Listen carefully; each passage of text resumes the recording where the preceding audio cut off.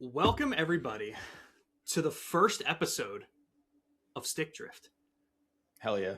What a name, dude. That's so cool. I'm Sean, I'm Randy. and we have known each other for a very long time, and we have tried to do projects together. We both played in a band for a little while, and it is so funny because we never agreed on names for anything. Never. So, But this time, yeah, when we were getting this all set up and I texted you and I'm like, hey, you got a name in mind? I haven't been thinking about this for a while. And you hit me with that immediately. And I was like, all right, pack it in. We're good. That's set. Not taken. no discussion necessary. Yeah, we're all set with that. So welcome in. I hope you guys enjoy what we're going to do. We got a lot of different segments that we want to hit on. Obviously, it's the pilot episode, so we're not too sure if everything's going to stick or not, but we're certainly going to. But we are confident about it. Exactly. And confidence is key. That's all that really matters, right? That's it. But we love video games, and we're here to talk about them. We want to start the episodes off with some kind of segment that's just fun to talk about, obviously, as the rest of it will be. But we're calling, for right now, the beginning part of this a spotlight segment. Something that we want to talk about that maybe doesn't have a lot of room in other news, maybe a game or genre that we wouldn't be talking about otherwise, or in Randy's case, as he was telling me before we started this, maybe a game that would be talked about in news headlines and everything else because that's just what you're playing anyway. So, so Randy, if you don't mind, I'll kick us off with something I want to talk about quick. Oh yeah, go ahead. I've been playing this game, and I know that you just started the series, which is why I want to talk about it so much, but it's an old JRPG series called Trails in the Sky specifically. I just recently finished the second game, Trails in the Sky second chapter, and this series is incredible. If you're looking for just like a long JRPG series with some of the best world building and how they give you lore, a character development, overall combat mechanics, if that's what you're looking for and a strong narrative, this series has all of it. You know, as with a lot of JRPGs, there is, a significant amount of anime cringe to get over. They're always going to have it, whether we're talking about Trails, Persona, whatever it is. There's going to be that certain amount. But if you're into anime in any capacity and you like turn-based JRPGs, this is such a series for you. Like I said, I finished the second chapter, and we're recording this on Thursday, March 26th of 2026. I'm putting the date on it really quick just because in the fall of this year, they should be releasing the remake for second chapter as well. So they have the remake of the original that came out last fall. So if you're interested in this series at all, you don't even have to go back to like old school stuff on Steam. Like it is like all the games are kind of playable because they're on Steam and stuff like that. But they're trying to make it more accessible on modern consoles. So you can play Trails in the Sky on PS5, which is where I'm playing it currently. And you were playing it on Switch too, right? Yes, I'm playing. I'm just for the first time getting into this series. I have another friend who plays. He's caught up on all of them. There's 13 games. Yeah. It's a long series. That's a long I will series. say that, like right off the bat, this is something. It's like asking somebody to watch One Piece, where you're asking them to commit quite a lot of time to this sort of thing. Yeah. But the series has apparently a lot of political intrigue, a lot of like just a very insane story that each subsequent game builds off the last. And there's different arcs, and it seems like an insane story. Right at the end of the first one now. But from what I've heard from both Sean and my other friend, it gets crazy. Yeah. And I will say this game so far, since I'm only on the first one, very much a like world building game. The plot of this game has not been blowing me away, but I can see that it's all leading towards something. I know that they had more planned from the beginning. Yeah. There are definitely a lot of, I'm right near the ending, and there's a lot of questions that I have. Yeah, that's totally fair. I wonder, like, and we're going to be talking about some of our favorite franchises later on in the episode. And this is another one that I started completely out of order. I played Persona 5 Royal back in 2020, and it like got me back into JRPGs, and I was like, I need something else to hit this itch. And like every list, it's like top 10 JRPGs to play if you played and loved Persona 5 Royal. Trails of Cold Steel was at the top of every list, so I picked it up and I played it on Twitch. And I like someone that I met on Twitch was like, "So what'd you think of the first few games?" And I was like, "Well, this is Trails of Cold Steel 1." And he was like, yeah, what'd you think of the first few? And I'm like, I don't know what misunderstanding we're having here. And they were like, that's the sixth one. And I'm like, that's the sixth one? So yeah, I thought that story was very interesting from the get-go, but I totally understand if you're playing Trails in the Sky first, you're like, wow, this is really cool, but why am I doing this kind of thing? Yep. And like you said, it's a setup game. The second chapter will answer a lot of questions and really introduce a lot of things that you really get hooked into. So I can't wait for this remake, but I wanted to talk about that game because I finished the OG. I can't wait for the remake and to see where the rest of the series goes. But that's my spotlight segment. I want to talk about Trails, and I'm sure we'll be talking about it probably a lot in the future because I will be continuing the series. But, so for my spotlight segment then, I want to talk about, there's a game called Outward. I know you have not played it. I have not. I know a lot of people have not played it. It is That's what the very much for. a game. Yep. It is very much a game that is not for everybody. Where I'm going to bring up a little bit about it later on because they do have a sequel coming out right now. Well, I say right now. It's coming out Q3 is the current listing. We'll take it. Yeah. Outward is a game that it's an RPG, but I'm going to put RPG in air quotes because the story is not the focus. It is cohesive and coherent, but there's also 3 of them, 3 stories, and you won't get them all in one playthrough. It's very much a survival RPG is the way I would put it, where it's you make a character, you make a build for that character, you join a faction, and you're going through that faction story. I think each faction storyline, not including the build up before you join one, has 4 quests. It is a short game, but there's a lot of hidden quests, a lot of hidden side activities, a lot of hidden things. For example, as I said, it was a survival RPG. There's a lot of aspects to it that are timed, where it's, hey, you hear these bandits are going to overrun this town. They're going to do that. And it's not going to be in, I hear you, I'll get to that kind of thing. It's going to be no, within the next couple of days, you need to get over there and stop that. If you don't, that town's gone. That's so cool. Like, we were doing a test episode last week and you were telling me all about this stuff. It sounds like such a cool experience. It's a very cool experience. It is. It's a short game. If you actually know what you're doing, you could probably get through this game in like 10 hours. If you don't know what you're doing, it took me 40 hours. Yeah. I restarted the game multiple times because I was like, I don't feel like I'm quite strong enough, or I waited too long to move to the next area and it hit winter and I couldn't finish because my stamina was getting depleted. I wasn't prepped for winter. I didn't prep well enough. And so it's my fault. That's the thing about this game that I love is it's kind of like Dark Souls or Souls likes in a way where I don't feel like the game cheated me. I feel like anytime that I failed, it was my fault. That's and so cool. I think to like build off that, the coolest mechanic this game has, the most unique aspect to it, because other games have done similar things with timing things or with survival elements or that kind of thing. Mm-hmm. The death mechanics are crazy. You do not die, but they have these things called death scenarios. And so let's say you got killed by a pack of wolves. Mm-hmm. You'll wake up nearby at next to no health in like the wolves' den. Your armor is stripped. You have to go find it. You get punished in ways for dying, but your character never died. That's so interesting. So there's, depending on how you died and where, whatever, a lot of people will use it as a fast travel because the game has no fast travel. Okay. So one of the death scenarios is you got found and dragged back to town. So people will throw themselves off. Like, I want to get back to town quickly. Instead of running there, I'm going to throw myself off a cliff, and the game will drag you back to town. And that's like, genius. Potentially as one of them. The thing is, I've tried that, and it works sometimes. It really depends on how you're dying. Okay. If you don't land like on your legs and break your legs, then it might not drag you to town. But okay. It is a way to do that. So, and people make their own ways through the game. So yeah, just playing with the mechanics, playing with how the whole game is built. Like, I'm so not the survival guy. Like, like to the point where when you bring up like the cold mechanics, my mind goes to Breath of the Wild, and that's like baby mode, I'm sure, comparatively. I will say the game's weather mechanics are not the most harsh. It's kind of like Kingdom Come with its survival elements where they're there and there's something you should pay attention to.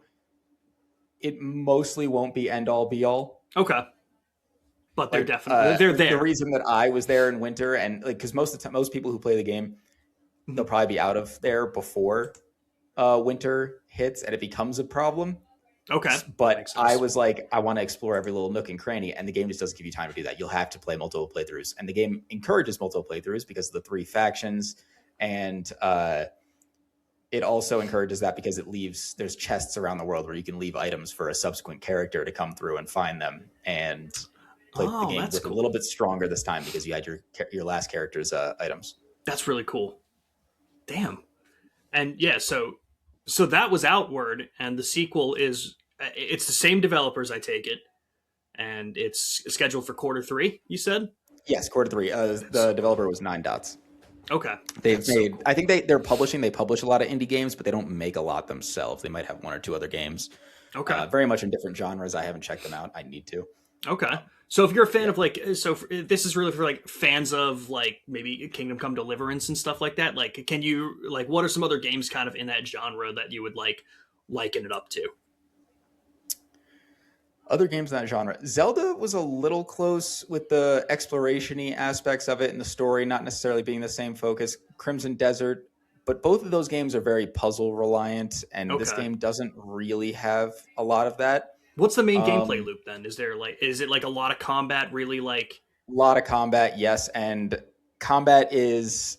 I don't want to. I hate saying Dark Souls or Souls like in yeah, this okay, but regard yep. because, especially with this game, the only real similarity is like the attack button and the fact that you can lock on and dodge roll. That's really, it's not Okay, like fair. a Souls like. It is very difficult, but I would say bigger than like that kind of stuff, it's more about preparation. You need to have or like items that you can attach to your weapons. So like a rag that it, will add fire to your weapon, or if you bring a bunch of traps with Oh, you, so you can lay a bunch of like pressure plates or tripwires on the ground when you see a bunch of enemies up ahead, kite them through it so that they're getting damaged by that and not actually fighting you because you will die. There's no leveling mechanics in the game. There's no I can increase my okay. health, my strength, my. It's your items that make you better, and that's about it. So Okay. it's preparation and items and knowing the game. Okay. That's really cool. And I know you Yeah. likened it a little bit to Crimson Desert, and I haven't played it myself, but a lot of what you're saying is reminding me of stuff like that. But we will definitely be touching a lot more on Crimson Oh, Desert. we will. Yeah, for sure. I Um, have a lot to say. yeah, I'm very interested to hear it because we've talked a bit about it, but we've held off on a lot of it because I want to hear a lot of it here while we're doing this. Um, but no, Outward, that's so cool, and Outward 2 coming for Mhm. quarter 3. Did you have anything else for the spotlight segment? I think that's everything else I'm going to bring up now. I think Okay, there's a couple of things I'm going to touch on later. So, cool, cool, cool. yep. So yeah, like I said, like we're obviously a new podcast. Again, this is Stick Drift, and we don't really know too much of how we're like labeling everything, how we're doing each episode. So we're kind of just talking about whatever we want and whatever we think is prevalent at the time. So uh, if there's news to talk about, we're going to talk about it, and there's news to talk about. When So isn't there? I mean, true. So do you want to kick us off here? Yeah, with I guess we can start talking about some news. Uh, we'll go right into Crimson Desert because that's what I'm Yeah, playing right now. I yeah. have quite a bit of time played in that game. I gotta say, according to the main story, I'm about halfway through it as I've Okay. looked up like the number of chapters and everything. Okay. How many hours do you Uh, currently have? Do you know offhand? 45. Holy crap. Yeah, Okay. I mean, okay, it's been out for a week. It's been out for a week yeah, now, since the 19th. yeah. Okay. I have 45 hours played. I been doing a lot that isn't the main story. I mean, And that's I'm most of seeing it. online. Yeah, I'm seeing a lot online of people saying like, "Oh yeah, like you know what? Honestly, to go back to Kingdom Come really quick, Hmm. do you remember all the memes when Kingdom Come came out and people were like, I have 300 hours played and I just got to the wedding? It's kind of like that with this game, where there's so much to find and see around that are not the main story. And I honestly understand it a little more in this game than in Kingdom Come because the main story is not very good. I will say, after playing it more, I think I understand the problem with it Okay. because I've actually been like doing more of the main story. The problem is not that the main story does not make sense. It does, and it's not good. Still, I'm gonna say it's not like a particularly like amazing story. Hmm. but it's not horrendous. Some people are making it seem like it's the worst thing ever. You know what it feels like? And I think this makes a lot of sense. It feels like an MMO story. That makes sense Yeah. coming from where they were. Pearl Abyss, for anybody who doesn't know, I'm assuming a lot of people do, they made Black Desert, which is an MMO. Yeah. And I know this game was originally supposed to be an MMO when they started making it. And it feels like an MMO story in the way that, like, there's a lot of padding. If you take out the padding, the story is not horrendous. It would probably make sense, and I don't think anybody would say, oh, this is the best like story I've ever played in the game. No. But at least people wouldn't really be complaining about it. Right. And on top of the padding, I think the other issue is it feels sort of disjointed, the padding. Okay. Because there are times you'll finish a couple, like 2 or 3 quests in a row, main story quests at least, and you're like, oh, this makes sense. I'm understanding the plot. I'm getting it. And all of a sudden you'll be given a task that has nothing to do with what you just did, or will have something that people like to talk about the beginning of the game. That's the best example, because the beginning of the game, it starts and it's like, go arm wrestle this guy in a tavern. I don't really know why. But like, also like, yeah, it's wild in chapter 1. I think it just wanted to show you, hey, there are mini games. Hey, it feels like a tutorial. Introducing tons of mechanics and. Yeah, but narratively, they didn't make any sense. And it was just, you'll get that a lot where you'll finish a quest and it'll be like, go talk to this guy 3 towns over. And I'm like, who? And how would Cliff know who? Right. Character? It's just, it feels like you ended and then just got told to go do something. But the only way you know is because of the thing on your screen telling you to go do it. Cliff wouldn't know that. Right. Yeah. Okay, I see what you mean by disjointed. So now for like 45 hours into it then, like, just top level thoughts here. It is the weakest part to you, the story. Is there anything like else in the game where you're like, I can't get over this. This isn't like it. This is tearing down the enjoyment. Like anything egregious. There's been a handful of quests that are like that. There was one where I don't want to get into spoilers. It's not main story, but you got to save a village. I'll leave it at that. Okay. You got to save a village. And there's like one guy in the village who it's like, hey, bring him to safety. And man, he wouldn't move if there was any enemies nearby. So I had to clear out everybody in the village. But then because the quest wants there to be enemies, they would keep spawning enemies.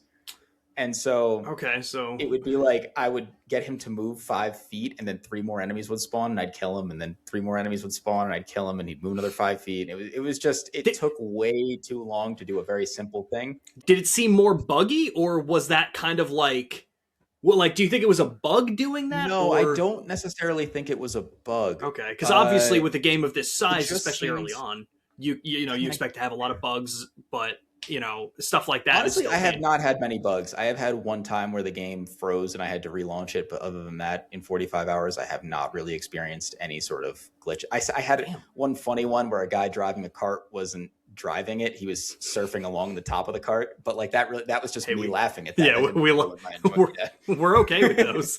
Yeah. No, but like it didn't really feel like a bug. It just felt like he was seeing enemies. There was too many enemies spawning. It wasn't. It just felt like a poorly designed, dragged out section. Yeah, and then there were like a couple other quests where it's like, go find 2 of these, go find 2 of these, go find 2 of these. You keep turning them in. You keep getting asked to do this. It feels like an MMO quest. I was going to say that's very much the fetch quest MMO style kind of thing. Yep. And the quest chain will just be you're doing the same thing multiple times, and that kind of thing kind of drags. And I wouldn't say kills enjoyment, but in the moment, I'm getting a little annoyed at it. Now, 45 hours in, hidden stuff, boss fights, puzzles that you're finding, the world feels amazing. It feels like, I don't want to insult Ubisoft too bad on the first episode. I have a little bit of a grudge. That's okay. It's all about getting to know us. Yeah. So you'll know where we stand. If somebody who cared at Ubisoft made a game. Okay. Yeah. It has a lot of stuff to do. There's quite a few activities.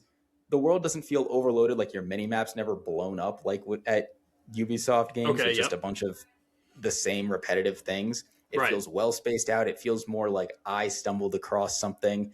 It feels rewarding. There's actual rewards for everything you do. Every puzzle will lead to like a point towards an ability or a new weapon or a new piece of armor. It doesn't feel like I'm just checking a list. It feels like an actual tangible upgrade that I earned because I went off the beaten path. Hell yeah. And I love that. I was gonna ask my next question being, So what's the strongest parts of this game? And it feels like the general consensus is, if you're looking for a game that has superb exploration, that makes you feel rewarded for doing it and going off the beaten path, like you said, and just stumbling across anything you can, that's what this game is all about. And I And will say also, because I know I was talking some shit about the story, mhm, there is some actual story to be found in the world that the game doesn't tell you unless you find it. interesting. I remember Okay. I got given a side quest to go, like, this guy's son was missing, and it's a side quest, but I'm still don't want to spoil too much. Yeah, yeah, So absolutely. you go, you find him, and him and some people are beat up. There's a boss fight that happens there, and there are these things, like these memories you can find of like things that happened in the past around the world. And I think 20 hours later, I found a memory about this dude that I found like next to this boss at a gravesite, talking about that boss, how he had killed that his wife, and he would hunt him down, like, and he'd That's find him cool. and get revenge for his wife. And it's like you're finding world building stuff like this, and you're like, oh wait, hey, maybe there is a story here.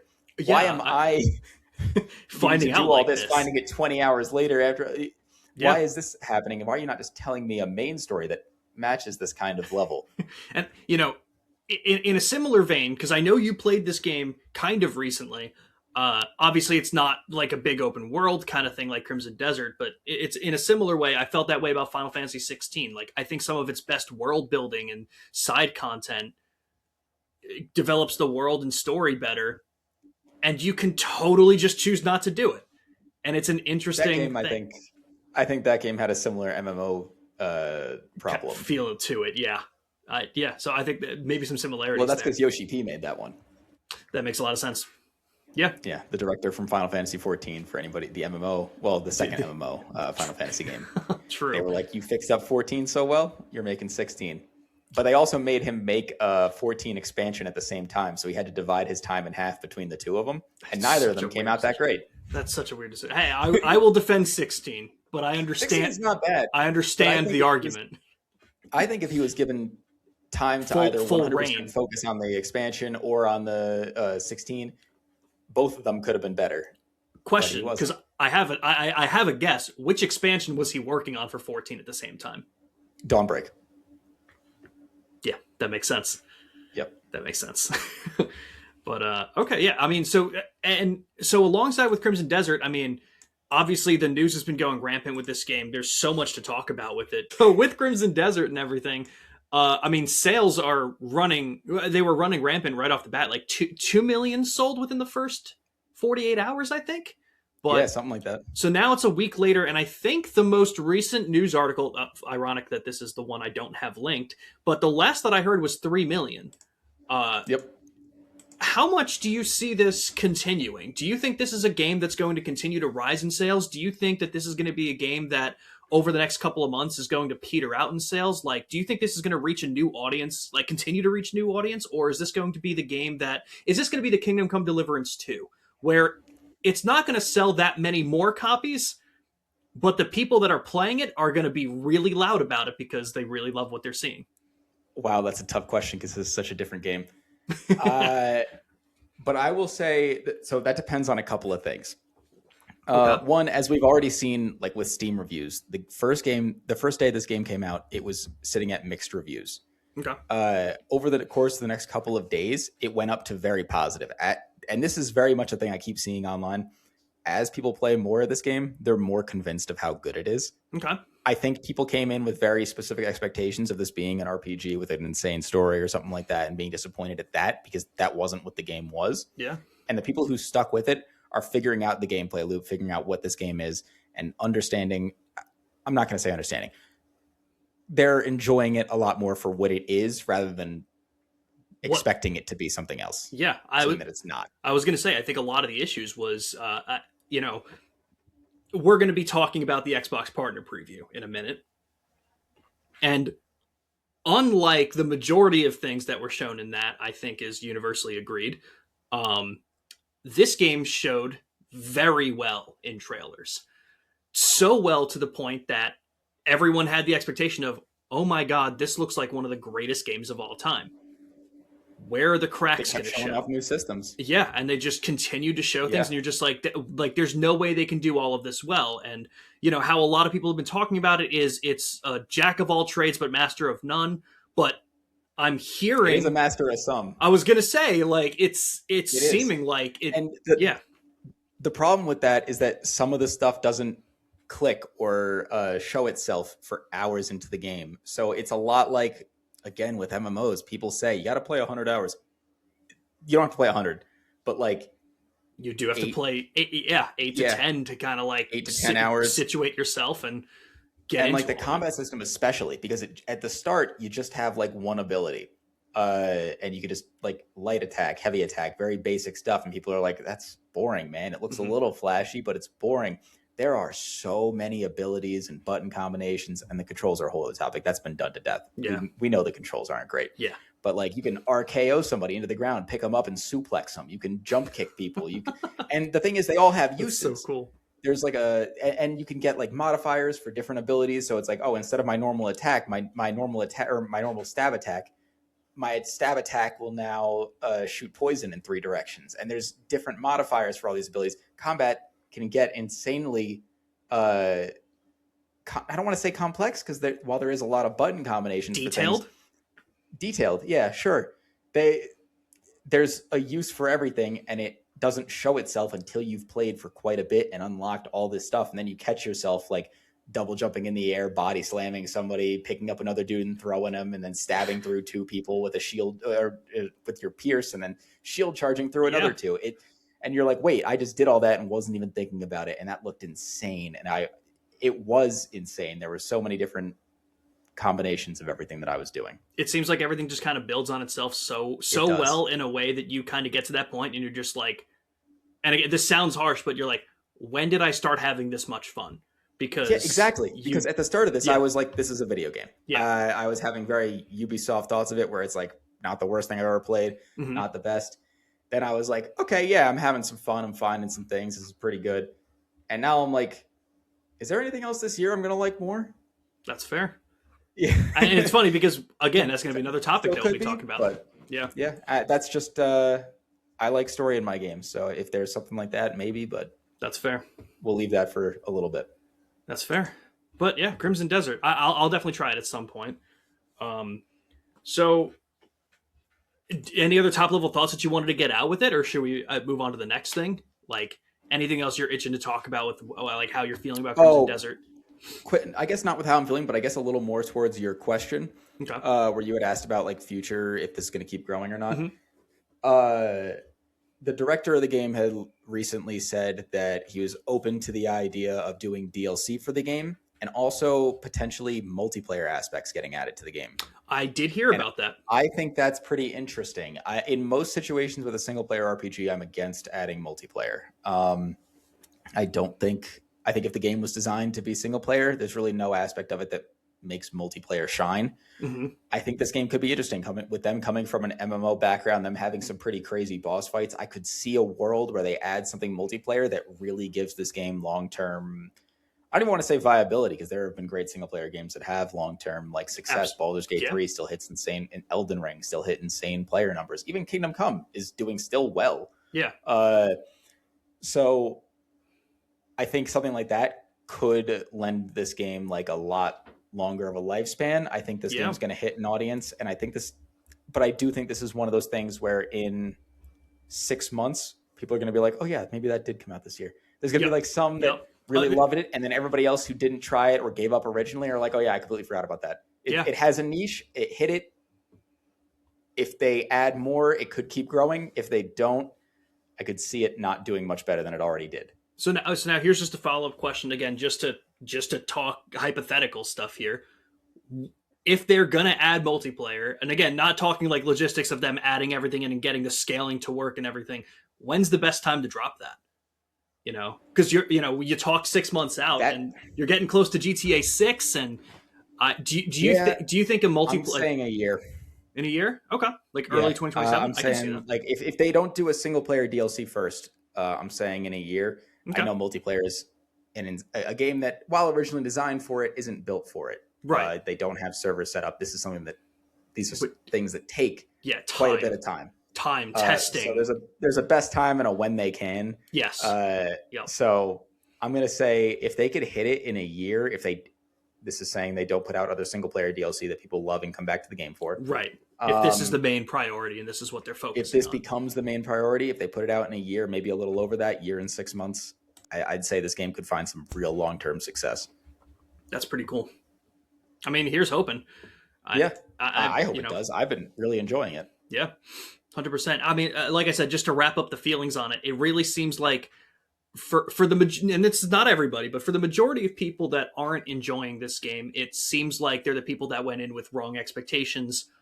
Again, whether it was on There's them, only so much or, that you can. Yeah, I was exactly. There's only so much that you can blame on the person. Yeah. While I know some of their PR people were saying action adventure, not RPG. right, If everybody's looking at your game and saying that's an RPG, that's not really on them. right, and there's a certain amount. Exactly, like I said, if you're coming out saying action adventure, you could have also used the words not RPG and tried to temper those expectations. Yeah. But hey, it got them 3 million in a couple of days. So I think regardless of anything, they're pretty happy with what Got them happened. 3 million, and you know what? They didn't just take the money and run. Within the first 3 days, they put out a big patch that addressed a lot of the problems that people had with the game. Yeah. The no personal storage being a thing. I know they changed that that lantern outside the one guard tower. I think some people know what I'm talking about. But, I don't. I will have to look this up later. Yeah. Oh, God. Yeah, look it up later. There was a fire arrow and a guy who didn't know that you can set the arrow on fire there. That sounds really cool. They changed a lot of things though. The big thing being the private storage for me, haven't been able to actually put things places. That's amazing. Fair. The more fast travel points, some of the bosses had too much health. They reduced the health on some of them. Oh, They made food heal more across the board because the amount people were having to go cook more food was grating, to say the least. Yeah, I could see that being an issue. And they did all that within 3 days, 4 days, something like that. That's awesome. Yeah. Hell yeah. Well, hopefully we'll see a lot more from Crimson Desert. But we had a lot of other news. As I mentioned before, today, March 26th of 2026, we got a partner preview. And Randy, I'm going to be real. I don't think we're going to be spending a whole lot of time on this because this was something else. Let me tell you. I have a little bit to say, Okay. I guess. So unfortunately, I was not free at the time to watch the showcase, but I did look at a list of what was announced. And I have the list up, and I'm gonna go through it. I'll basically how I'm thinking we can do it is I'll just rip the name of it, and if we have any thoughts, we'll talk about it. Okay, yeah, because I did look up trailers for most of the stuff after. Okay. So funny. So I'm pulling this from Xbox Wire. I'm pulling this from the official site of Xbox talking about all this stuff. And right off the bat, a weird decision to me was it's in alphabetical order and not order of the showcase, which I think is strange. But again, I wanted to pull straight from Xbox as opposed to anywhere else. Yeah, because I feel like order of the showcase shows how much Xbox cared about that announcement, whereas yeah, you're just having people look at a list of alphabetical things and they're just clicking on random ones. And who knows if, yeah. So just like I said, we'll roll through. If we have stuff to talk about, we will. Alien Deathstorm. This jump out to you at all? Jump out to me is a strong word. I don't even remember a game, and I watched it twice. Like a video game. Yeah, that's fair. Looked like a video game. I spent most of the time watching that trailer wondering if it was actually in the Alien universe, and then I spent the second half of that trailer going, "Yeah, it looks fine." Yeah, that's fair. Anything else, or should we move on? No, you're good. That's one where I'd watch another trailer. Maybe it would change my opinion, but I'm not excited. I'm not wow, that looks terrible. Okay, yeah. Now, this game actually did raise some of my attention. This was the final trailer of the showcase. This was the one I actually liked. Artificial Detective? Wow, yeah. I looked at that. I was like, that looks good. Yeah, I'm very interested. I definitely want to see more before I make any, solid opinions, but it got me, which is more than most of this, I could say. Yeah, no, that actually looked like it could be a good time. It depends on what the gameplay loop is like and maybe the story, because there was some quippiness that I thought was okay, but could get grating. Yeah, so I'll again, just to read what it says right off of Xbox Wire about it. closed the show with the world premiere of Artificial Detective, a stylish post-apocalyptic adventure. In the trailer, we meet a wisecracking robot detective tasked with his greatest case yet, finding out why humanity has disappeared.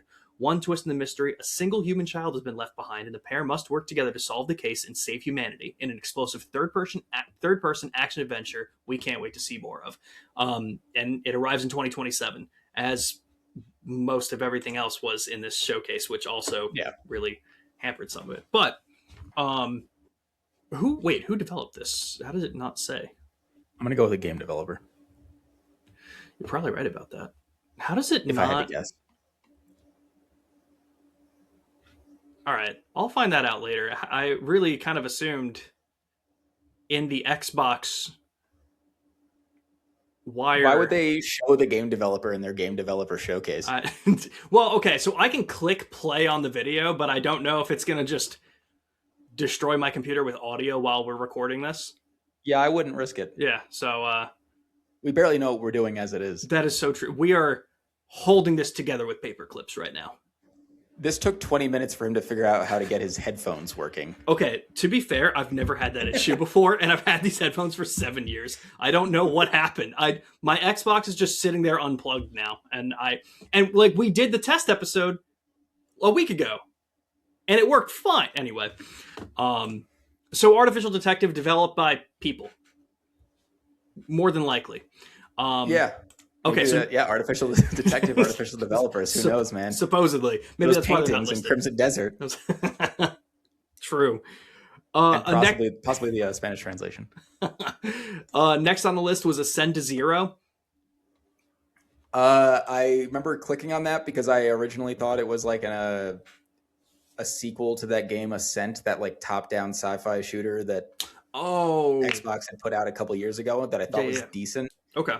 And so I clicked on that thinking that, saw that it wasn't that, and then lost most of my interest. Understandable. I think this one looked interesting. Again, it's not for me, but it is coming to Game Pass. It's an action roguelike game. Again, just to read it a little bit, time is your ultimate weapon, able to manipulate it to gain an edge in battle. A lot of different like stuff like that. If you're into kind of like action roguelike games with interesting art styles, maybe it's for you. But it's coming out July 13th. And it'll be coming to Game Pass. So, unfortunately for me, as much as there are some roguelikes that I absolutely adore, Hades, shout out, there are so many roguelikes that I just see that title right now and I'm like, I don't care. It happens, it's all it's chasing a trend. It's and like seeing extraction shooter. It's like seeing a couple of years ago, blanking on it. What was Fortnite and PUBG? Battle Royale. Yeah. Even Souls, even in the last couple of years, Souls likes, I think. Yeah, really, and I like Souls games, and I just see those like if I see survival crafting as a tag on Steam one more time, I'm losing my shit. It's hard. It's hard to be original. It's hard to but there's a difference impossible. Between like missing your window and just really overdoing it. And the thing is, luckily for roguelikes, I will say that's one of the genres where I will still give some of them a chance.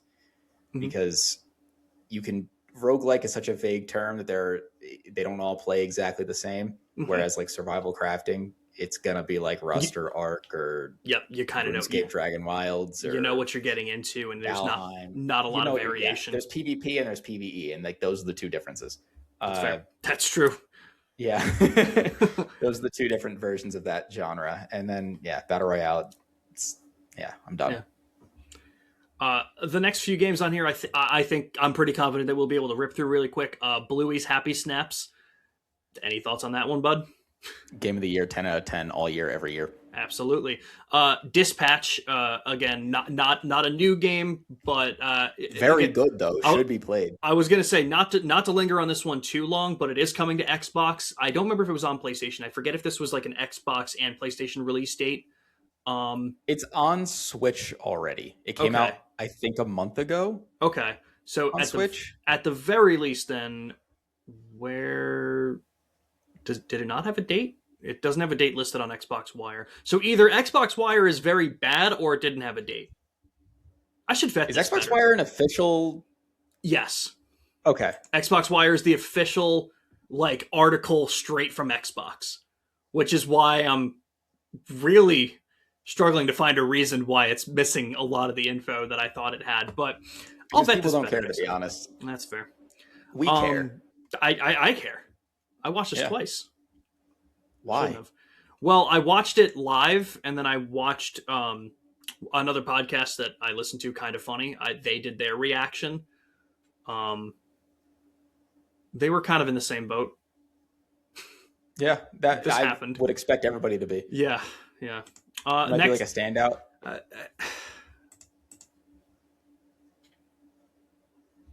the next game on the list, Eternal Life of Goldman. I don't remember looking that up. I probably honestly, all I can tell you, had a cool art style. Cool. If- Bad if, title. If you're into that kind of stuff, maybe check it out. Apparently, there's a demo today as well. Is that the one with the van? Yes, Okay, I did see something about that. I believe. I immediately forgot it, other than the art style. The next game on the list was one of the few that they were pushing when they were talking about this, and I don't know if you have any thoughts on it, but apparently this was something that people knew about. This was Owlcat's new game, The Expanse: Osiris Reborn. Oh boy, do I. Okay, let me hear it, I like Randy, because I knew Owlcat. nothing about this. So it looks okay. I might have hyped myself up a little too much there, knowing about that. But it's a sci-fi third-person shooter set in the universe of The Expanse, which is a sci-fi TV show. Oh man, dude, that makes ended so much years sense. ago. That makes Yeah. so much sense. It looks very cool. I am interested in that. I tried watching the TV show. I got like a couple episodes in, and I'm very bad at paying attention to things for long periods of time. So I Shocker. forgot about it. Yeah. It's not bad though. It looks really cool. The amount of like effort they're putting into things like the grav boots, like sticking you to surfaces and things. It looks very cool. Mhm. I am very interested to see where this goes and how it comes out. And I like Owlcat, so I am very interested in this. So, quick question then, because I was starting to look it up before. What has Owlcat done? Owlcat is. I'm going to verify this right now. Okay. They have done a lot of CRPG stuff. I was going to say, did they do Warhammer? Like some Yes, Warhammer that's games? the one that I'm thinking of. I'm gonna verify as I'm googling because I know I've played Space Marine. Yes, that Rogue Trader. They're doing Dark Heresy at the same time, which is I'm not sure if it's a direct sequel to Rogue Trader, and they've done the Pathfinder series, and all of those games are very good CRPGs. Okay. Pathfinder is more. It is a CRPG, but it's very in depth. It's one of the hardest ones if you don't have experience in the genre to get into. Okay. And my experience with the genre is mostly Baldur's Gate, Warhammer 40K Rogue Trader, and Disco Elysium. So I have some experience with the newer games in the genre. Pathfinder's a little older than that, so I didn't get to that yet, but I'm not very good at them. As much as I love the ones that I've played, CRPGs are pretty sick. I need to have a little more experience before I think I play Pathfinder. That's fair. So, with your experience in the genre and knowing Owlcat, like, so I'll start with this question: simple yes or no. Did you have hopes for this game before the showcase? Yes. Were they met with the showcase? Do you think this showed well? Yes. Okay.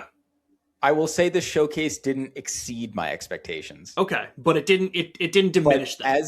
Because Owlcat doesn't do like a lot of third person things, which this looks to be, right? By all accounts.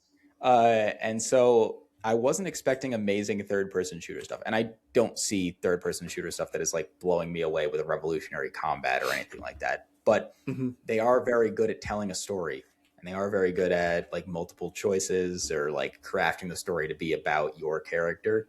So I'm interested as to, first of all, why they got this IP just in the first place a little bit. Because that's a good first question. I didn't know this show was even a thing before hearing about their games because I follow some of their stuff. So I'm confused about, not confused, but I am interested as to why they chose this IP. Maybe somebody there loves it. Who knows? Yeah. But also how well they'll do it like a third person kind of game versus a top down CRPG like everything else I've seen from them. Yeah, that's fair. So right now it's scheduled for release spring of 2027 with a beta coming April 22nd, which is also interesting because how many this is a single player game, correct? Yeah. How many single player games get betas? Is A this lot of CRPGs, interestingly, which see might be again? why they're doing this. Okay, that's fair. I did not know this. See, we're all Yeah. learning here. Baldur's Gate 3 had a beta. I'm not sure if Rogue Trader did, but there's one I'm looking forward to right now. New Arc Line has played, not a beta, I want to say, but like I'm just gonna say beta. It's basically that. It's just, I don't play single player betas. A little bit about me.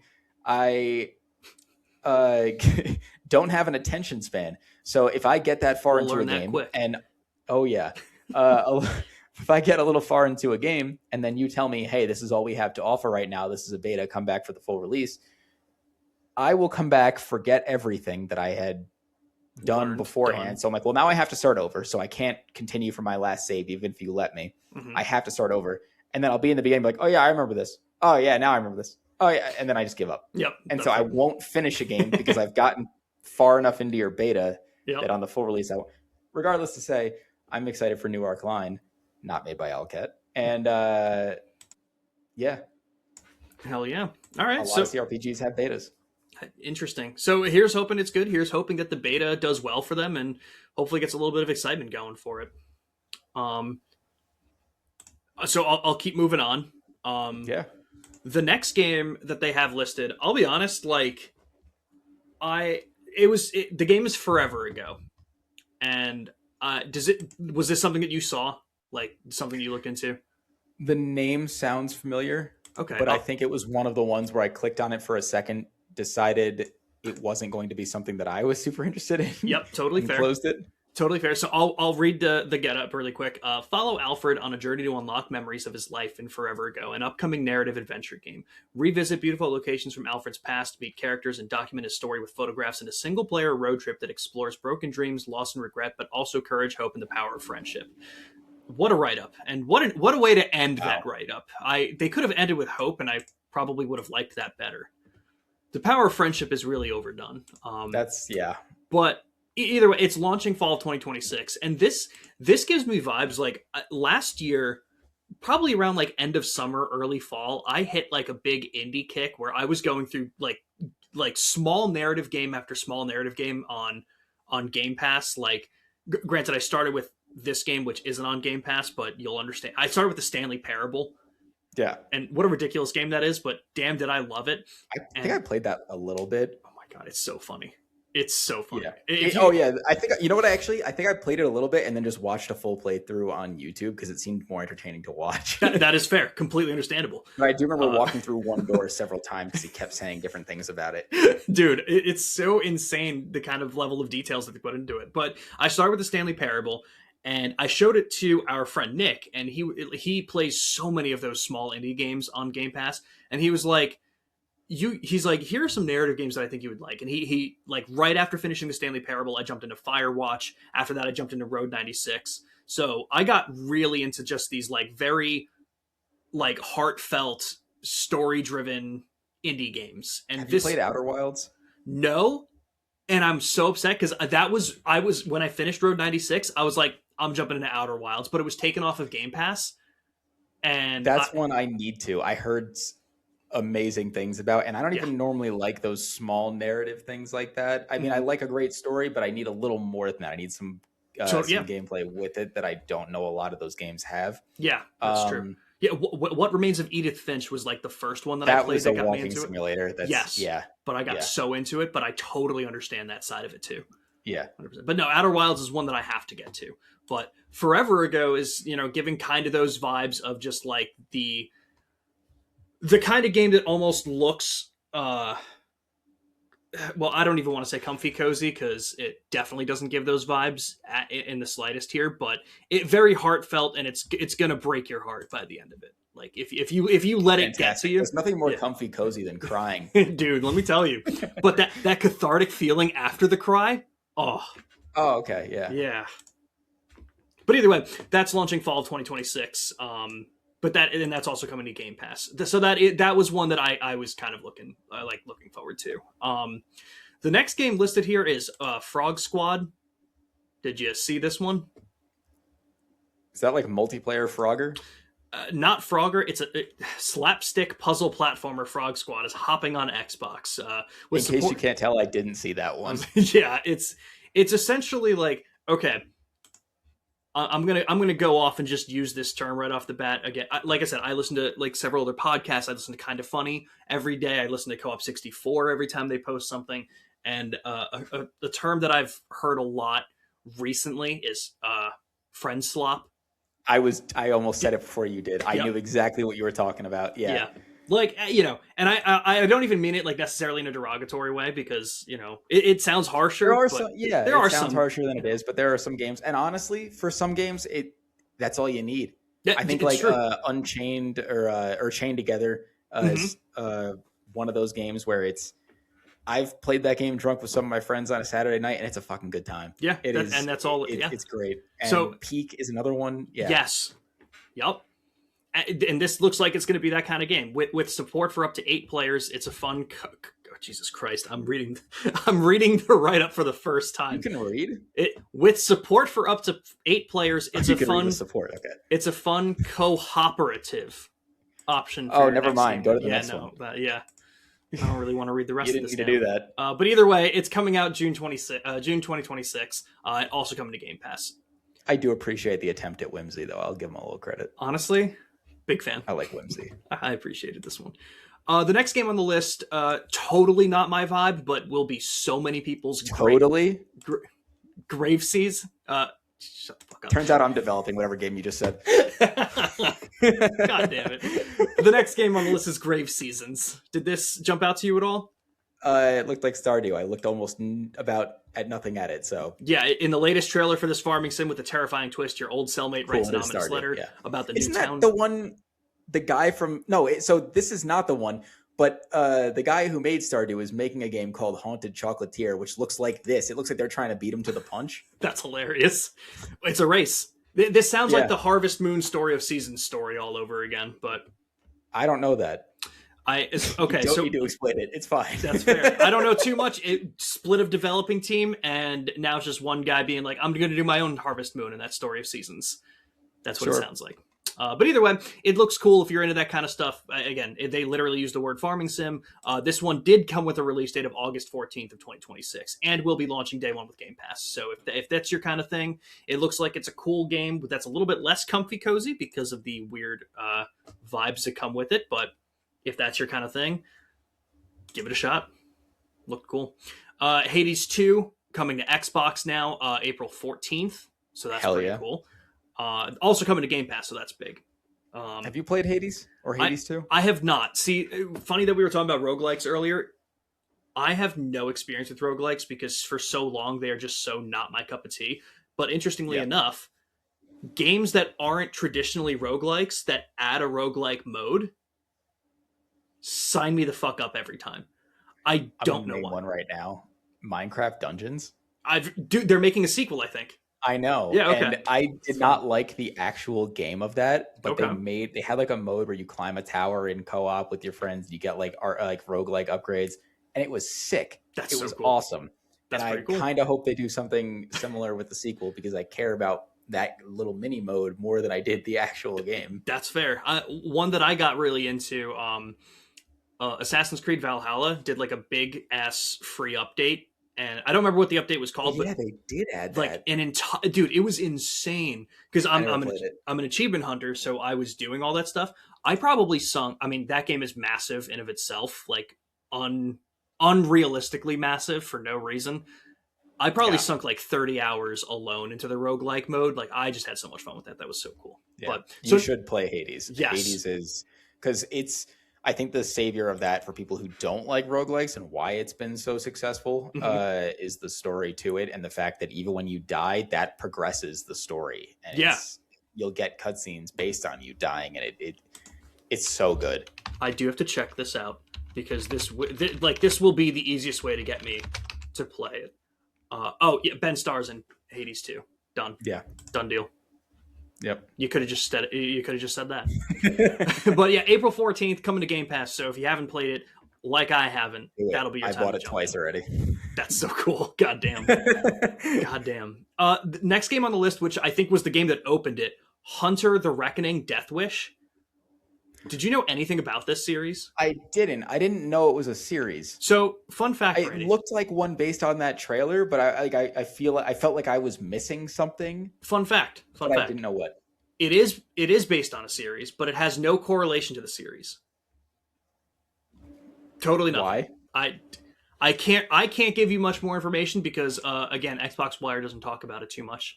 But honestly, it's coming summer 2027, and I have no other thoughts, so we can move on unless you have something. Yeah, no, it Sick. looked fine. I wasn't Yeah. like put off by it. I Yeah, wasn't no. amazed by it. I Maybe if I knew about the series, I'd be a little more excited. Yeah, But that seemed like a cool opener. It was like, hey, for those yeah, three people that might know this, you could be excited about it, and it doesn't look bad, so so it's not if off. three of you are out there, let us know. Yeah, let us know in the comments what you expect from this game. The next game on this list was Musa Dirty Fate. Uh-huh. That sure was the next game on that list. Yeah, sure is. Upcoming title set in feudal Korea. Coming 2027. Available with Game Pass. What period of Korean history was it? Do you think Xbox Wire is going to give me the information on that? Oh, I was just hoping you would think you would, yeah, like you would know. I don't even know American history, dude. It's insane. Way For to as much as I dox played yourself. Assassin's Creed 3. I love Assassin's Creed 3. Shut the fuck up. I love Um, Assassin's Creed 3. So okay, we're just gonna move on. I'm not Yeah. discussing this here. Although I don't know if I really want to discuss the next one too much either way, but I'm curious to know your thoughts on this Is it one. vaunted? Serious Sam Shatterverse. Oh, do you Serious think? Sam is for people who don't want to be mainstream and say they like Doom. I was live reacting to this on Twitch, and as soon as especially when the music kicked in, I was like, is this just like cartoony T-rated Doom? Like, Yeah, very- well, okay, yeah, so that it's- feels a little disrespectful to Serious Sam because it has been around for a long time. Okay, and see, But, this is stuff I didn't know. Yeah, But but it's been around. it is, in my opinion, a just not quite as good version of Doom. It's like if you kind of like, Duke Nukem, which is also a similar thing, except more raunchy. Yeah. Serious Sam is like a middle ground between Doom and Duke Nukem, where Okay. it's like not quite as raunchy as Duke Nukem, not quite as like edgy as Doom. Okay. Uh, All right. So it's a little bit of a sweet spot. I mean, yeah, yeah. I think that's honestly in my personal taste, I like it more than Duke Nukem. Okay. But yeah, Now, it's if you like those boomer shooters, that's one of those games that you'll have fun with. I was gonna say, I think like this looks. I think it's multiplayer. I'm pretty sure the idea of this was it was showing that it was multiplayer, that you can play as the different Sams. And again, in a very similar way, like if this is your kind of thing and you like these kinds of shooters, this is going to be such a fun game to jump into with like a couple other friends and just mow down enemies to this kind of thing. So Yeah, absolutely.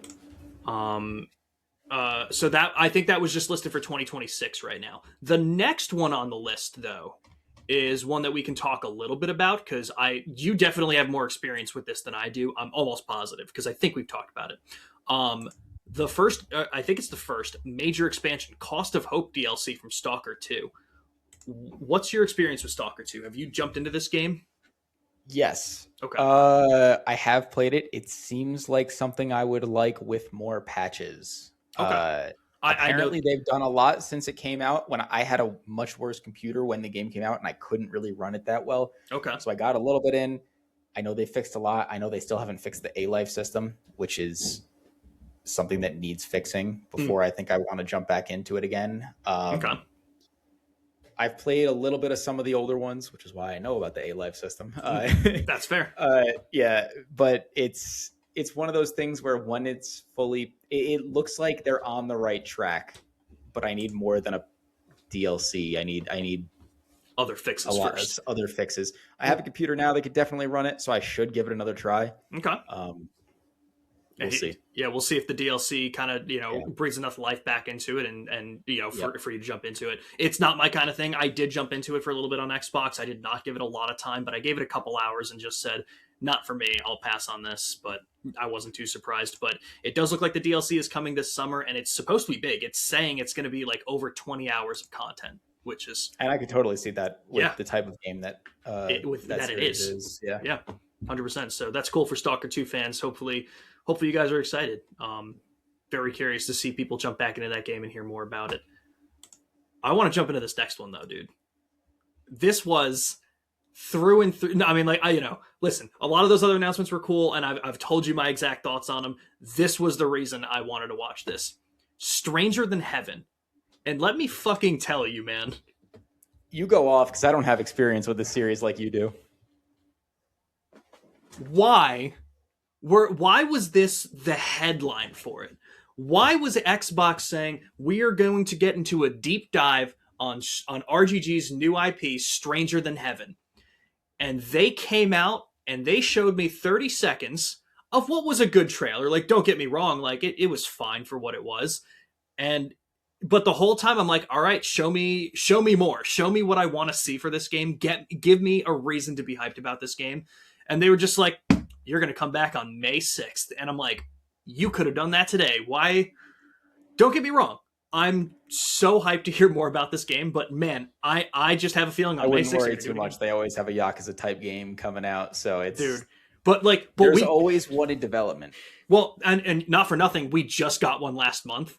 But yeah, have you noticed? I feel like they know of my like kind of inside joke with that, where at any given point in time there is a Yakuza game coming out soon. And let me tell you, man, I'm just always right, dude. And dude, let me tell you why it's so great. Because and again, spoiler, it's gonna be in my top franchises.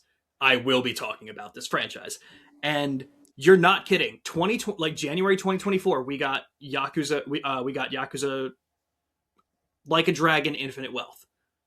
Then February 2025, we got Like a Dragon: Pirate Yakuza in Hawaii. Then February 2026, we got Yakuza Kiwami 3, the remake for 3. Now we supposedly have Yakuza 9 in development. We have Stranger Than Heaven, a brand new IP from this studio. And not only that, but the ex-head of RGG showed off his game, Gang of Dragons. Are you pulling stuff up about that? Or there's another game that I was thinking was in that time that I'm trying to remember the name of. Okay, keep looking for that. I'll keep talking. I'm gonna, yeah. But yeah, Nagoshi, his studio was doing Gang of Dragon, which he apparently broke off of RGG because he didn't like how ridiculous the series was. He wanted something more just grounded in the criminal underworld. So I thought the showing at the Game Awards of Gang of Dragon was so cool. And I'm like, we're already getting one, possibly even two titles from RGG a year. And now we're just going to add this other guy who used to head RGG, and we're going to add that on top of it. I will never have to not be in Kamurocho. I can always be in that city. I was wrong. It was Like a Dragon Ishin. It was 2023, not 2024. But yeah, that's fair. There's just always one. Like every time, constantly. And you know what the thing is? I mean, like, listen, they reuse a lot of assets. Like, we can, like, Yakuza fans can tell you exactly why they can pump games out at this speed. Yeah. But at the same time, bro, that's great. Because, like, especially... and if you like that kind of thing, you're just living the high life. Yeah, and, like, you know, not to get into this problem too much now because, you know, we're already going so long on all this stuff. You know, I love talking about this stuff. But at a time where development times for games are so long and so outrageously out there... Elder Scrolls 6. True. Sorry, Intergalactic. Cough for a second. Elder Scrolls 6. Intergalactic. I mean, not for nothing. I don't. To be fair, we also don't know how long they've been working on Intergalactic, but I use that as the example because, like, there's a chance that Naughty Dog doesn't even release a game on PS5 for the entire life cycle. Like, I saw insane. That teaser. I'm going to be honest, it didn't blow my mind. So I feel bad for Naughty Dog fans because can you imagine being a Naughty Dog fan who doesn't care about that game, not getting anything for the whole PS5 life cycle, and then the PS6 gets here and it's a launch title, and you're just like, I don't care, I want your next game, and you got to wait another decade. That's crazy. So for development times to be so long, shout out RGG for giving. You can call it Yakuza slop for all I care. It's fine right now. At least we have something, you know. I was a little mad. I saw it when I went to go like watch a couple of the trailers of this stuff from the Xbox showcase. I did see it was half funny and half a little annoying. I clicked on the live stream at first. That was like a re-upload, and they had the comments playing alongside, and it was just every game that came out was like everybody was commenting another game in that genre, and then just the word slop after it, and it was like, give it a chance to like watch one trailer. Yeah. You Yeah, know, like 100%. even if it's not something for you, like give it like watch Right. one trailer, see like Yeah. I mean, it's rough, you know. just because another game's a third person shooter doesn't mean it's slop Slop. because they made another third person like Exactly. I think with like everyone trying to chase trends and everything, it's given yeah. the video game, it's given the fans way too much freedom to say that everything is bad And I feel because like that's honestly a little hypocritical for me to say after somebody who was making fun of all the roguelikes and I mean, survival crafting games that are coming out on Steam. yeah, But a lot of those are not great. But hey, maybe they're trying something new. But like at least give it a trailer before you just start slop. You know, like yep. Oh, at least 100%. give it a little bit of a chance. 100%. So if you're like me and you're interested at all in Stranger Than Heaven, I'll read the write-up. There's not much, because there wasn't much. Stranger Than Heaven is the next brand new title from RGG Studio, and in a new trailer, we learned for the first time that the game story takes place across 5 different time periods and 5 unique cities.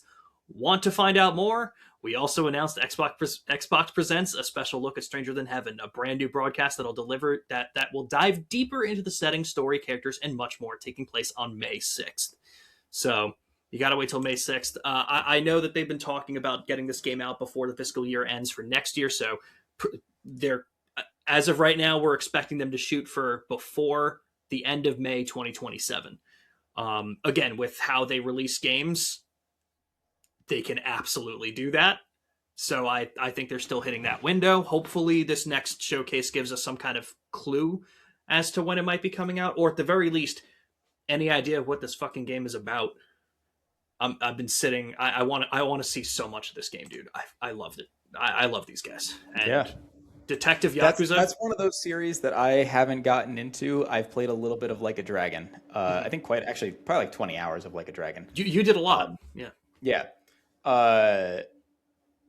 It's one of those things where it's too much of a series for me.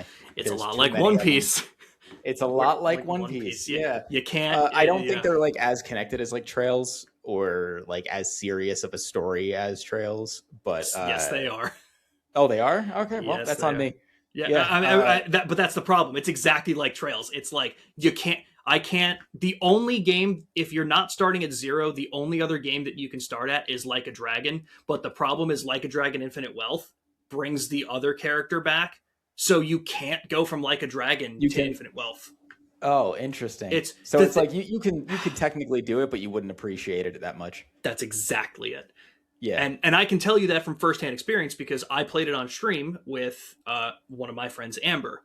I had played all the previous games and she hadn't, and this was a case of I am bawling my eyes out to the emotional fight, and she's like, "Why are we doing this?" And I'm like, "Oh my god, this is just not hitting at all." And it's crazy. So you can play it because if you only care about Ichiban's story, it'll be fine. But that game came out and a lot of people dropped off on it because they didn't know the other character. So it's rough. And again, like it's not like you can't tell someone to jump into Yakuza 2. You can't tell someone to jump into Yakuza 5. Like none of it'll make sense. So it is a lot like Trails in that way again. So it's rough. But right, well, again, we'll get into more of that. Yeah, we should. There's not a lot of other games on this list. I don't think we're going to speak too much about them. Super Meat Boy 3D coming out March 31st. I never played Super Meat Boy. I remember when it was huge, and I'm not a platformer guy, so I wouldn't say that I'm excited for it as somebody who's not nostalgic for the original. But I'm very glad that they are making another one for the people who are. Yeah, and it is coming to Game Pass. I'm a big platformer guy, so I might give it a shot on Game Pass. Looks fun enough. Fun fact though. Like I said, I stream on Twitch, and Randy, you weren't there because you were working. You said you were, so you didn't see it.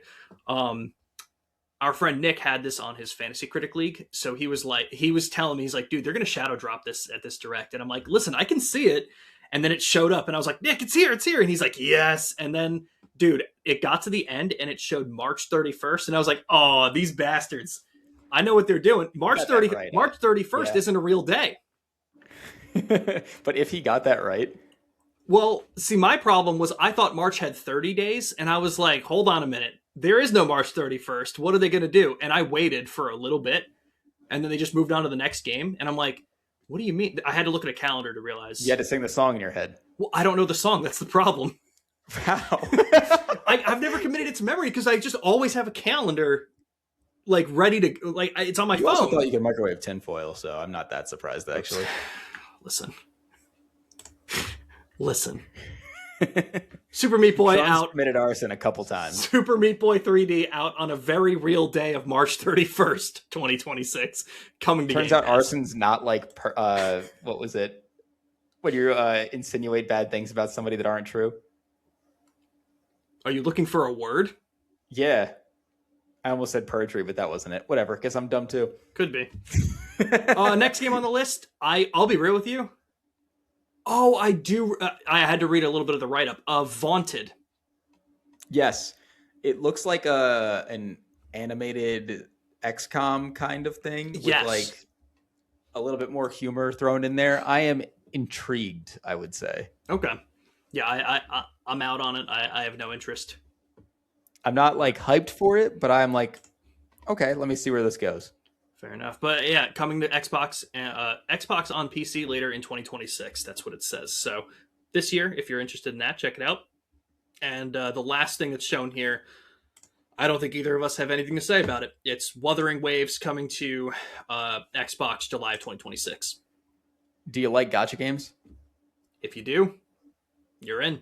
If you do, you're probably already playing it not on Xbox, Yeah. but I feel like a lot of fans of that type of game are probably own not another Xbox. system Yeah. that are playing, that can already play that. Yeah.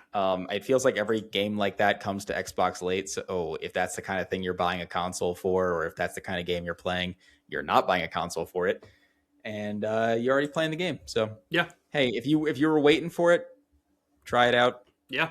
100%. But I don't Not my like those thing. free to play like mobile games. I don't Yeah. like the microtransactions, the gacha aspects. I don't like that. Yeah, not for me. But if it's for you, hell yeah. Hope you have fun. So that was the Xbox partner preview. Obviously, not very. We were not very positive on it. Just not a lot of announcements It could that have were been for worse. us. I've seen worse things. Yes. Honestly, Yes, I think and- it was better than the state of play recently. I do not. I think that state of play was damn near a 10 out of 10. That We could talk about that later. It's like on another Yeah, day. We'll have to. But, yeah. But no, I think this partner preview, what it did well was it showed a lot. You know what it I think may- I liked about it? Mhm. To say something positive, Yeah. it wasn't a bunch of already pre-existing series that they are just, hey, here's another one. Mhm. There was a couple of like games that are already out that they just are now putting on Xbox, but a Mhm. lot of it was new IPs, Yeah. or at least like a revival of an old IP that isn't like Yeah. something that's been big recently. And I'm pretty happy about that, especially with Artificial Detective. Yeah. That looks really cool. Yeah. So hey, at least they're trying some new, or at least they're showcasing some newer things. Yeah. 100%. I'm definitely looking forward to the Xbox showcase that'll be coming in June. I've got high expectations for that with everything that we could be seeing. Games from Fable, Clockwork Revolution, to Gears of War E-Day, and so much else that Xbox has lined up in a first party sense and third party still. But not the worst showing, but again, not the best in Could have our been better. case. Yeah. So do you want to go straight to our most anticipated games for this year? Yeah, we don't really need to talk about the other thing. I'll bring it up really quick. Yeah. Nintendo changes prices to digital games. This was, again, being that we're not really going to go too much into it, I'm not going to pull a bunch of quotes. We can kind of just talk about it. But if you're interested, Tom Phillips did do an IGN article about it. Nintendo clarifies the cost of physical games are not going up following decision to charge different prices for US physical and digital Switch 2 games. Randy, just top level thoughts real quick. That way we don't spend too much time on it. This makes I saw some people talking about the Yoshi thing, how they had put that on the eShop a couple of days ago for pre-order at the $60, and so people were kind of confused about how if they were going to be increasing the physical price for that. I think I'm more of the in the boat of they already had this decision made, so they Mhm. priced Yoshi at 60 right. and the physical at 70, and it wasn't like an after the fact thing that they Right. adjusted the price. It was probably they lowered the digital beforehand, or Right. they already maybe not even lowered because it wasn't announced yet, but hmm it was probably already decided. Yeah. And hey, you know what? I'm not against it. If they're It's one of it those doesn't things seem like they're increasing the physical. So Exactly. And the thing is, like, and I'm curious your thoughts. And again, leave your thoughts in the comments. Like, I think it's a shame to see in the sense of it does feel like this is one of the last pushes against physical. Because now, if it's more convenient to buy digital and it's cheaper, there's not going to be a lot except for collectors. I will say especially with older games, it's already cheaper for digital. So Yeah. So it's what are and you gonna do? I do understand there is a cost to producing a physical game, especially if you're not doing a game key card. And that's what I was going to say. I would like, be interested to say there still obviously they have to print a game key card and make that, so there still is a cost there for them. I would be interested to see if they have game key cards and full physicals at different prices. right. But if we're already pushing it out, are they going to go that Yeah. hard to make different physical versions and stuff like that? And I'm going to be real with you again. Like, I'm curious to know other people's thoughts on this, but like, I feel like digital should have always been a little bit cheaper than physical, just due to the fact that there isn't it wasn't any because of manufacturing. as from my understanding, most likely because of the game, like stores like Best Buy, GameStop, things like that.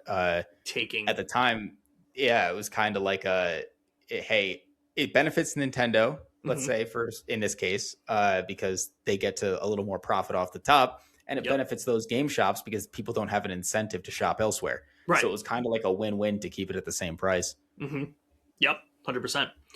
So yeah, we don't really need to get too much more into this. Those were our top level thoughts, but yeah, let's go into the next one. You go for it. You start us off here.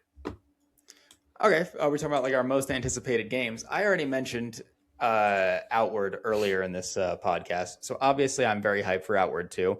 From everything that I've seen, it's just like a more of the first, maybe a little better too, and new locations, new everything. I am excited. I just want more of that.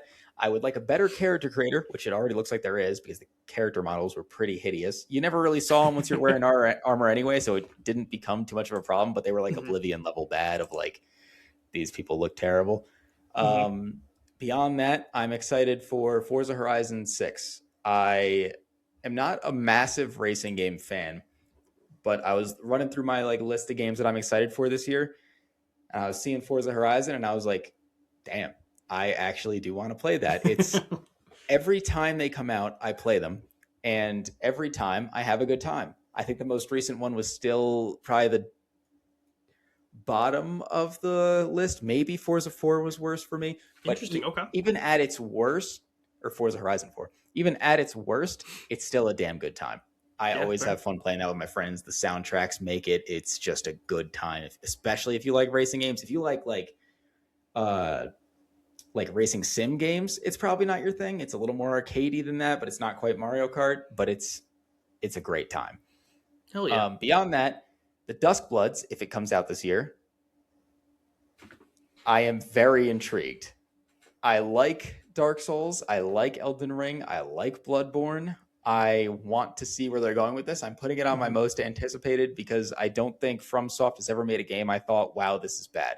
Okay, totally understandable. Kind of similar to Forza Horizon, except probably a little more excited for Duskbloods. Okay, yeah. But I want to say more intrigued than more excited because it's PvP. Yeah, there's a lot. So we'll see. There's a lot unknown about this, so I'm worried at the same time. Skeptical, but the excitement is there. Skeptical, but optimistic. Yeah. You know, like we'll take it. Wary. Yeah. Yeah. And then finally, Adventures of Elliot: The Millennium Tales. If this game wasn't called Adventures of Elliot, I'd be more excited. But, you can't win them all. It looks like a HD 2D Zelda with a little more going on, like older Zelda with a little more going on. And honestly, that sounds sick to me right now. Yeah. Now, Now we have, I think, aside from Outward 2, which we talked about earlier in the episode, Outward 2 is just scheduled for Q3 of 2026. Adventures of Elliot is currently June 18th. Is it coming to all platforms, or is that a Switch game? Do you know offhand? I believe it's at least coming to PC. I will verify really quick. If you want to start with yours, I can. I was going to mention too. Yeah, I can start with mine in a second. Yeah, I'm just looking it up right now. So yeah, Forza Horizon 6 is coming out. That's in May. I just wanted to pull up the dates just to have everything. It's scheduled for release on Switch 2, PS5, Xbox Series X, Windows on Okay. June 18th. So Yeah. yes, all at the same time. So June 18th, coming everywhere. Forza Horizon 6 is May 19th. I think that's Xbox and PC on May 19th, and further into the year, it's looking for a PS5 date. Yes, that would make And- sense to me with and their previous. The Duskbloods is going to be a Nintendo Switch 2 exclusive, and right now, just slated for 2026. There hasn't been any updates, right? I kind of Mandela affected myself into thinking that when they first announced that, they said it was going to be coming in spring. I have looked that up since and haven't seen it anywhere. I don't know why I was so convinced of that. That's But fair. That's fair. it is 2016 so far. 2026. 2026. Yeah. Damn. How are you doing, Randy? I skipped 10 years in my head. It happens. At least it wasn't 2036, because that could have been real. But yeah, I would fully not believe you. But it is interesting. I'm curious really quick. Because we have a doc that we're kind of like keeping everything organized in. When you wrote your most anticipated, did you pick them separate from mine, or the ones that I have listed do you not care about? Because there's okay, so I am excited for two of yours specifically. A Okay. third I am. There was definitely one where I didn't pick it because you did. Okay, so I'll start talking about mine and then piggyback off of it if there's anything you want to say. But the first one I want to bring up is, I believe, coming to Xbox, probably PC and PlayStation. I don't think there's a Switch date for it. Control Resonant. Right now, it is slated for just 2026. I have a feeling we're going to hear more from Remedy during Summer Games Fest. I'm hoping for an early fall date for this. Again, with GTA 6 looming in November, you don't really want to put anything out too close to that or after that in December. So you're really looking at like that fall kind of release date if you're not aiming for summer. I played Control for the first time earlier this year, and I really loved it. Remedy is that studio that is so out there and weird with what they do. But if it hits you, it hits you. Yeah. Because So Control is the only Remedy game I've ever played. I watched my friend play Alan Wake, and that did not look like a good time to me. Alan Wake 2 is a different story, and I'm very interested in playing that myself. Interestingly, I only played American Nightmare, That's the 360 arcade game. Damn, and I didn't okay. like it. Understandable. Okay. Yeah, I don't blame you on that one. It just restarted the same thing over and over again. It was very bare I think bones. the actual, it was very much like they reused assets and they made the story work around it so that you kept playing through the same areas and doing the same thing but slightly different, which was kind of cool. But after like the third time, it was like, all right, Yeah, that's fair. I get it. Yeah. Control had such an awesome story when I went through it. I did the Ultimate Edition. It's on Game Pass. If you have Game Pass and want to give it a shot, if you haven't, it's so cool. And to see a weapon like the service pistol being used, and to be such an iconic video game weapon at this point, for them to pivot and not even be a shooter game for the sequel, to have one of the coolest weapons and to just be like, we're not even shooting in this game, and completely switched up to melee combat. That is such a choice, but damn, does it look like they're going to do it well. With the whole gravity shifting between buildings and stuff, how they're dealing with boss fights in the trailers that we've seen, this game, I'm going to put it out there. I think Control Resonant is an easy game of the year nom. And not just that, I think, especially if GTA 6 isn't in the running for this year, I think like a very easy push to be game of the year. I think it could totally. When you say in be. this running, you mean like getting delayed? Because I feel like it's in the running regardless. No, I don't think getting delayed. I just think if it comes out and game of the year cuts off before that release date, okay. Yeah. We don't know where the date is. The industry isn't allowed to say. So, especially if GTA 6 isn't part of there, I think Control Resonant has a strong chance to be game of the year. Okay. The next one that I want to talk about, Beast of Reincarnation. Is this one that you cared about? This is one that I care about. It is on my radar.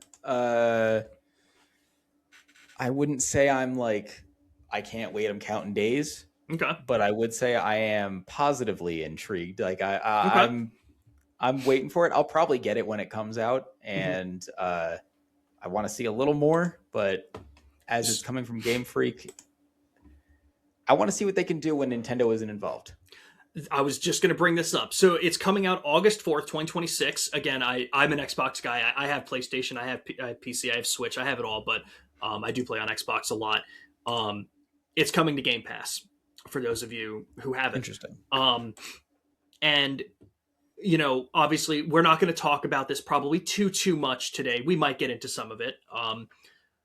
But I am so low on Pokemon recently. I've been a Pokemon fan my whole life, but damn, Scarlet and Violet is one of the worst games that I've ever played. I am so low on that game, and I have so many reasons to talk about that that I'm not going to get into.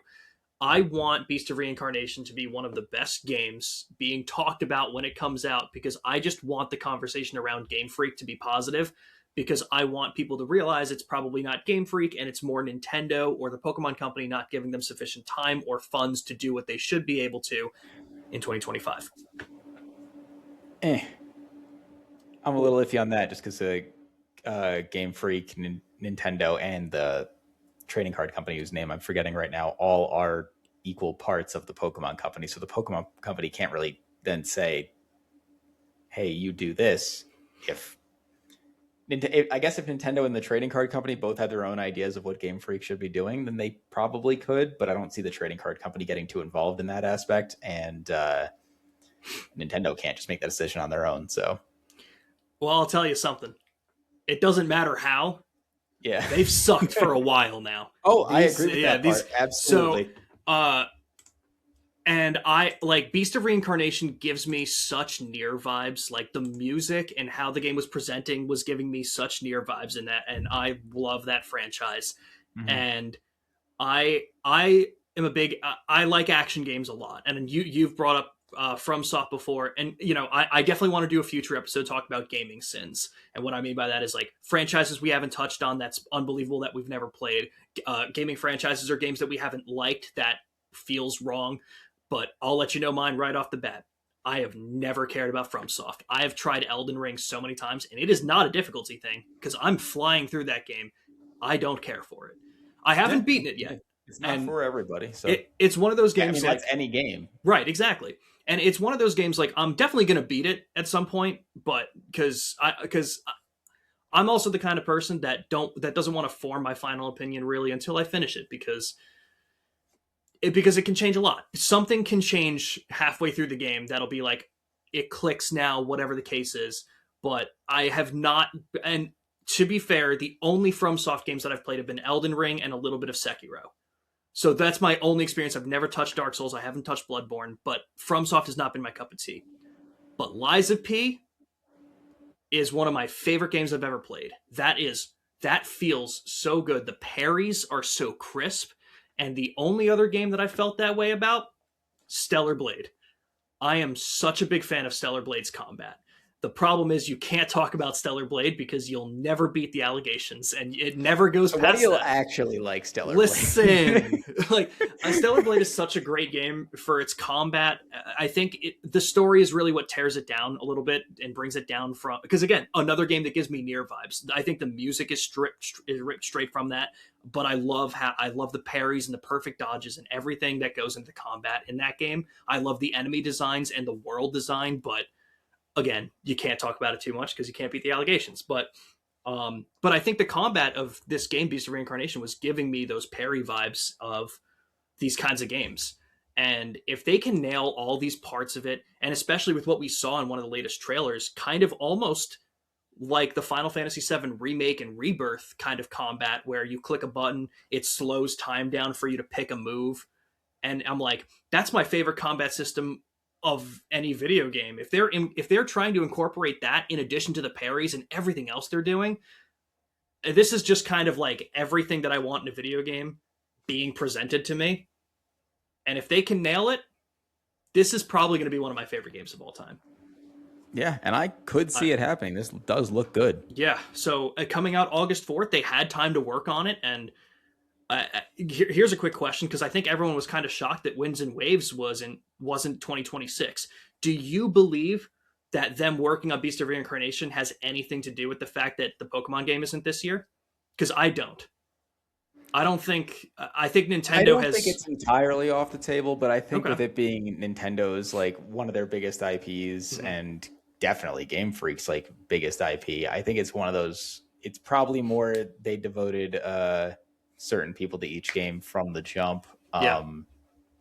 I don't think that was really why Any. Wind and Waves wasn't this year. Mhm. I'm honestly kind of a little more hopeful for Wind and Waves because it wasn't this year, to be honest. Yeah, So it it's gives it more time for polish, gives it more time for yeah, development, and and you know they wanted it to be out for the 30th anniversary. So yes. So this either means something really bad or really good, and we're going to be optimistic until proven otherwise. That's the way to put it. But yeah, absolutely. Beast of Reincarnation is absolutely my most anticipated through and through for this year. So I cannot wait for that game. Um, so being that the other two you didn't jump in on, I'm assuming these two are ones you want to. So Yep. I'll go Fable first because that's slated for autumn of this year. This was the one that was going to go on my list. Oh, dude. So there's obviously things to talk about with it, but like, I'm hyped. This is gonna I'm pretty hyped. I'm gonna have a lot of fun with this. Yeah. Like, like I think at its worst, it'll be fun. yes, and that's the important thing here because it's bringing back an IP that hasn't been active in 16 years, really. Like Fable 3 being the last main entry. What year was that? I'm looking that up really quick because I think it was I want to 2010. say 2010. I Yeah. think it has been 16. Yeah, October 26, 2010. So it's been 16 years. That's tough to bring a franchise back after this long. And again, not for nothing. This isn't a knock to Xbox. I think it's just staying of where they are and where they've been. That's not their forte right now. So, like, it was ambitious, and it's so hard to juggle which crowd do you please?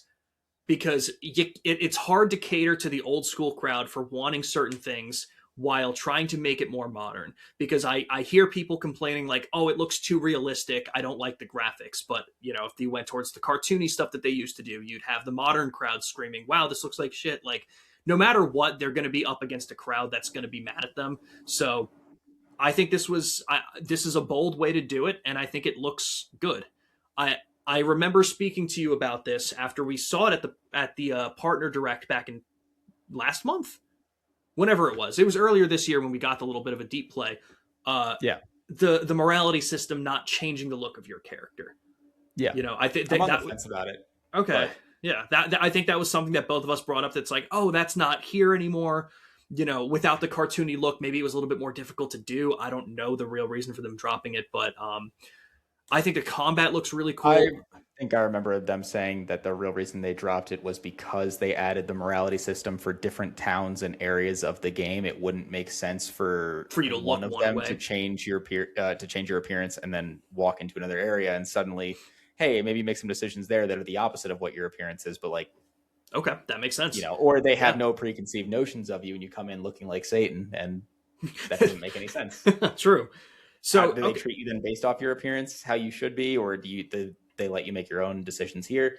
yeah, I don't makes know. sense. I think Fable's a little more cartoony than that. Mhm. I don't think the morality system was ever that deep of a thing. Like there was a good and evil, but I think it was a very much fairy tale version of good and evil. So my personal opinion is it doesn't necessarily matter that it wasn't in every town like different, like how it realistically would be if word wasn't spreading about you, Yeah, but it's more of a fairy tale cartoony thing in my opinion. So yeah, totally understandable. Obviously, I think one of the things that we wanted to see more about and still want to see more of is combat. I played all three Fable games, and you just came off of playing Fable Anniversary for the first time, right? Yep. Yeah, I've beaten all of them now. I wish I played Fable back in the day, the first one, because I don't think it holds up that well if you don't have any nostalgia for it. That's fair. So Yeah, and even I didn't, but I still played it 10 years ago. Like I played it in 2016, and I think it held up better then than it does now Yeah. for sure. But yeah, I totally and honestly, understand there were still some times where I saw that and I was like, "Wow, this is amazing." This was a mechanic at the time, but it Mhm. was very much I was viewing it as a mechanic and not I was just getting immersed and then realizing like, "Holy shit, what's going on here?" Like it was, right. I was still like, "Oh wow, they had this back then. That's cool." And yeah, Yeah. So I'm really excited to see what the studio is doing. What's the name of the studio doing Fable now? Playground Games. That was it, because they do Forza, right? Yes. So it's very much a wow. That's an odd choice, but hey, if it's gonna work, If it ends up being that good, then kudos to I don't them. care. Yeah, it's on the Forza engine, so I'm interested to see how it runs. Yeah, I know Forza is made not necessarily to look at the fine details of things because you're moving 200 miles an hour and your massive world going through that fast through it, so the little like textures of a blade of grass aren't something that's going to pop out. Yep. But I want to see how it works in like a closer, slower game. yeah, where you're not going 200 miles an hour. Yeah. So that's a good point. But either way, slated right now for autumn of this year. Again, I'm hoping we get a concrete release date. I'm feeling late September on this one. If I wanted to put a time to it. I could see it. I would think October myself, but Okay. yeah, October, September, that would all make sense to me. Hell yeah.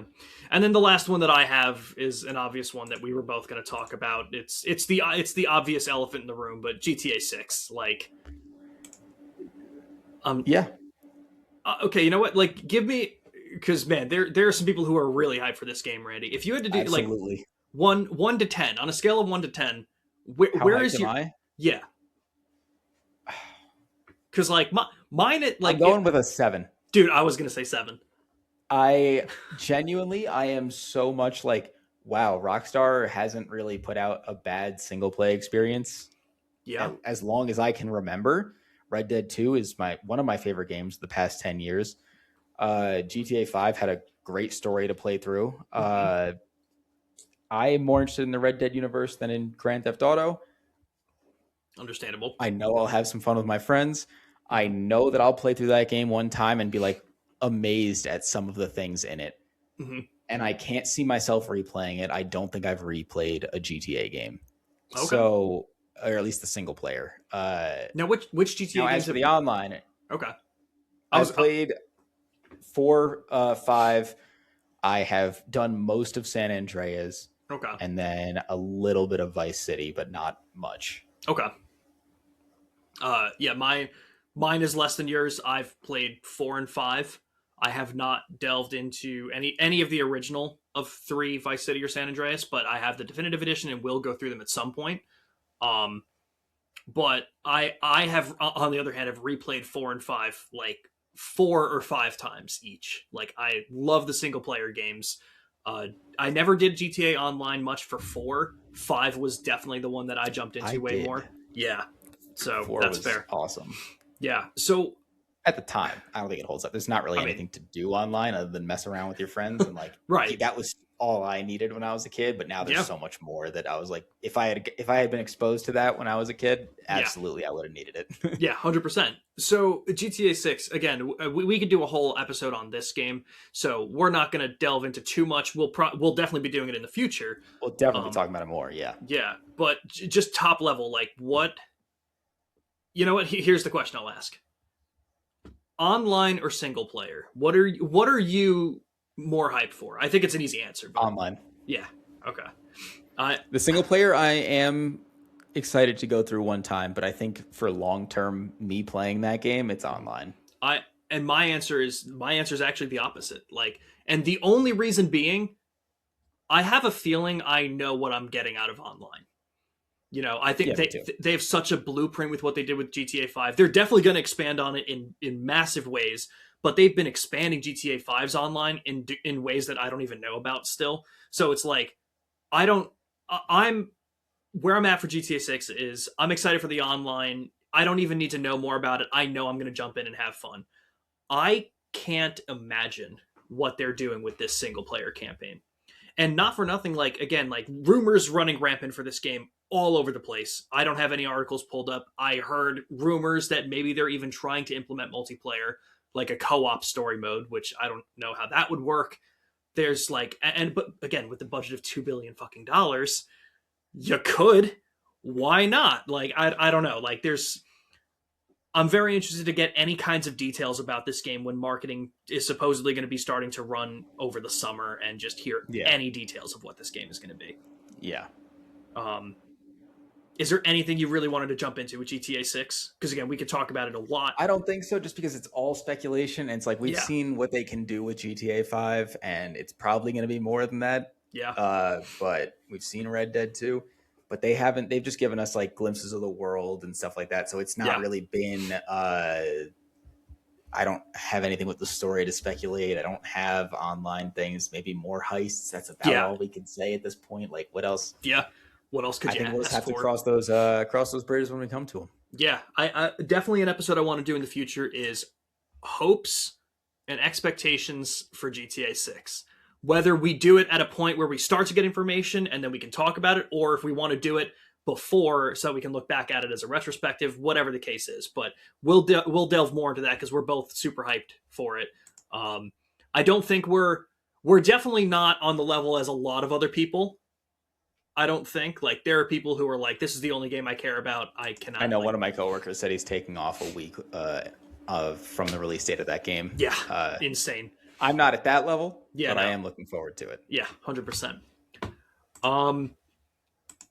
Yeah, so those are our most anticipated games for 2026. There's definitely a lot of others that, I'm excited for, others that I'm interested in, and we'll definitely be talking about them as we go along. Whether we start to do some kinds of reviews or whatever the case is down the line. But those are top level thoughts on a lot of the games coming out this year. Hopefully you guys got to know us a little bit more throughout this episode that is longer than we both thought it would be. Absolutely.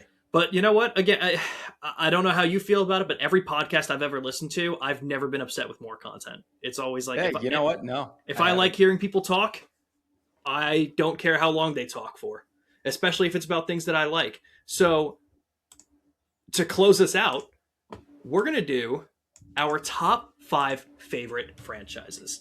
Again, this episode, a lot of it has been trying to get to know us and who we are with gaming, where we've been with it, and what we're excited for. And this is definitely something that we want to talk about so that you guys get to know us, where we've come from, and what we've liked playing. So, Yep. Randy, how do you want to structure this? Because I'm thinking maybe you kick us off with your number 5, then I'll talk about my number 5. Then we go 4, and we build up from there. Okay. Yeah. So, Randy, kick us off. So to start us off with my number 5 top gaming franchise of all time is Dishonored. Damn, dude, dude. You know what's so funny? I didn't even think of it, but I was just talking to my sister's fiance about this, and I'm like, "Have you ever played these games?" And he's like, "No," and I'm like, "We're playing these games."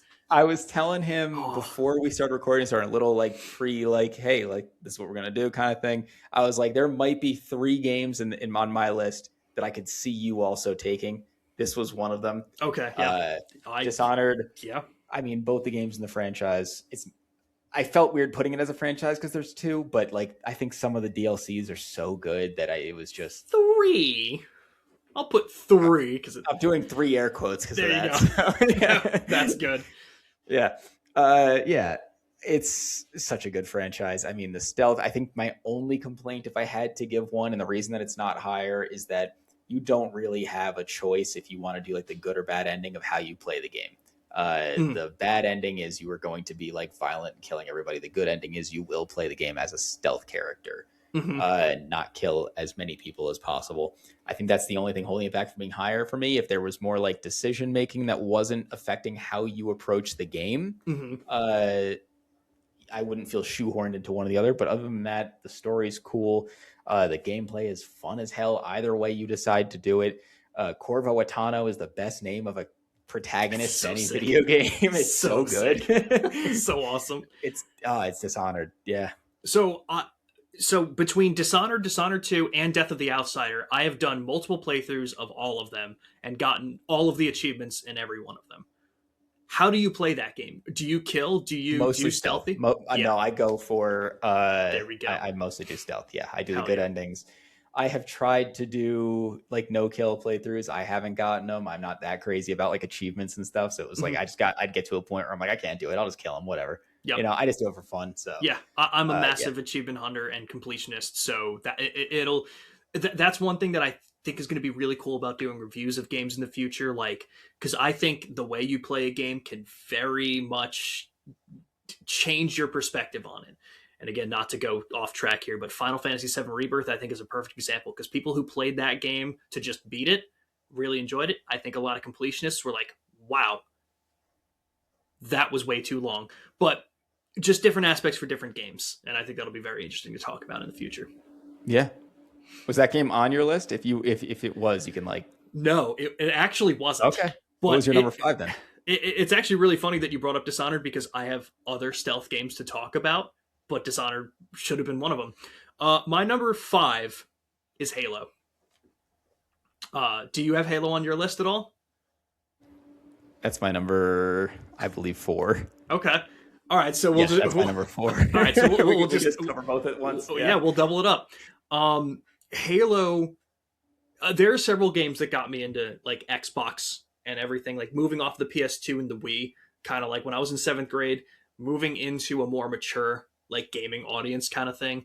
The couple games that my cousin showed me that got me there was Fable 2, Assassin's Creed 1, and Halo 3. And those 3 games shaped so much of what I played and who I became as a gamer. But Halo 3 is what got me there. But Halo Reach was the game that I really like dug into and everything. But just Halo as a franchise, the only reason I have it lower on my list is because I am so high on the Bungie Halos, but I am so damn low on the 343. That's also why it's number 4 on mine. And again, I don't even think it's necessarily anything against 343. Like Halo 4 I thought was fine at the time, but like comparatively to 1, 2, 3, ODST and Reach, it's so much lower for me. I genuinely think it might be the worst campaign. Really? Did you play 5? Yeah. And the story was worse, but the actual gameplay wasn't. That's fair. The actual gameplay of every Halo 4 mission was go press a button, then go press another button. You're so right, dude. You're so right. But no, I've played like every other Halo game so many times on the Master Chief Collection. Again, I just mentioned I'm an achievement hunter, and I did check before the podcast so I can tell you the exact number. There's 700 achievements in the Master Chief Collection. I am missing 22 of them. That's insane. But you know what?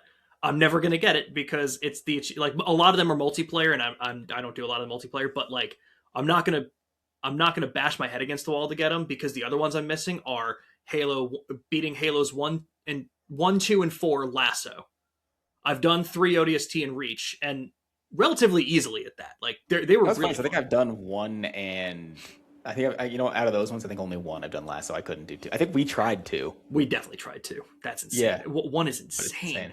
But like I've played all of those other ones so many times, but Halo 5 I didn't like, and Halo Infinite was one of my least favorite games I ever went through. And for reasons that I would not go that far about Infinite, but I do agree with a lot of the complaints about that game. The one biome, the like, yes, it didn't need to be open world, like the Ubisoft style like things with it. It didn't need to. And I totally get it because that's totally a preference thing, But like in like doing the biome thing, it's like you have every other Halo game doing different settings because it's a mission by mission basis where you're not getting the different settings, so it feels stagnant. At a time where we were talking about chasing trends, and while this isn't as much a trend as it is just how games are made at this point, I didn't need an open world Halo game. I would have been totally fine just having another mission by mission basis for Halo Infinite, but they decided not to go that direction. And I also experienced a lot of glitches and bugs that deleted progress on my campaign. So I also just had a worse experience because I was hitting those and having that happen. And it was years after the game came out. Like I didn't play it till 2024, maybe even 2025. So I played it years after and still had a rough experience. I will say, I'm not counting multiplayer in these because, again, as you'll also find out, guys, I'm not the multiplayer guy that much anymore. I'll jump into it every now and then, but it's not counting for a lot of it. So when I'm looking at Halo 5 and Infinite, I'm talking about the campaign, and they were just not it for me. Yeah, no, that's understandable. Infinite's multiplayer, I think, is the best of the 343 ones, and I do enjoy multiplayer. Yeah. So that was very much a deciding thing for me. But I think other than that, 4 and 5 were not very good. They were okay games. I think comparing them to the other Halo games is what really brings them like down. Yeah, it's hard. But it's just Bungie's highs were so high that 343s can't match it. Right, exactly. Yeah. And again, I don't think it's necessarily on them for a lot of it. It is just what a thing to follow, that's really what it comes down to, and that's really it. Yeah. So, I mean, since Halo was my 4 as well, and I kind of just covered my opinions on it, do you want to go right into your 4? Yeah, absolutely. My number 4, I doubt you have it on here, is Kingdom Hearts. I do not. Yeah, I did think about it, but that's fair. Kingdom Hearts, again, is such a pivotal game for me. Like, when I was in second grade, I played Kingdom Hearts 2 for the first time, and that was such an amazing game. And I ended up playing Kingdom Hearts 1 after that. And that's all I had on the PS2 or like those are the only Kingdom Hearts games I remember played for. you bringing it over to my house, Dude, and me playing it at your house, and it was just I It's mean, you're the one that introduced me to Kingdom Hearts. Yeah. And I didn't play it I didn't own all of them. I only had a couple, but it was a great time. Yeah. and it's one of those situations, like, I didn't play a lot of the other ones until they came out with like the Final Mix collections for the PS3, which is always a great story for me to tell because I got a PS4 when it came out that holiday season, and like, I didn't even think about it not being backwards compatible for PS3 games, and I got it because I wanted to play the PS3 remasters. So when I found out they couldn't play it, I ended up selling my PS4 to get a PS3. But then I found out that the PS3 I got wasn't backwards compatible with PS2 games, so I had to bring that PS3 in and get an older model PS3. It was just working my way backwards. Yeah, I remember you telling me that story. I was like, what's going on right now? Just 10 years backwards technology, but it was things I didn't even think about. But like, Kingdom Hearts and Kingdom Hearts 2 are two of my favorite games of all time. They're so damn good. I know a lot of people don't like Chain of Memories. I don't mind it as much, but I totally get it. I think Birth by Sleep is great. Dream Drop Distance was really cool when I played it. Like, I don't know. Granted, I've also never played like 358 and a half Days on the DS. I never played Coded. I've only seen the cutscene movies because I've only played the Final Mix stuff. But even Kingdom Hearts 3, I'm a little bit harsh on it, but once the combat settled in, I think Kingdom Hearts 3 had phenomenal combat, especially in the DLC for some of those bosses.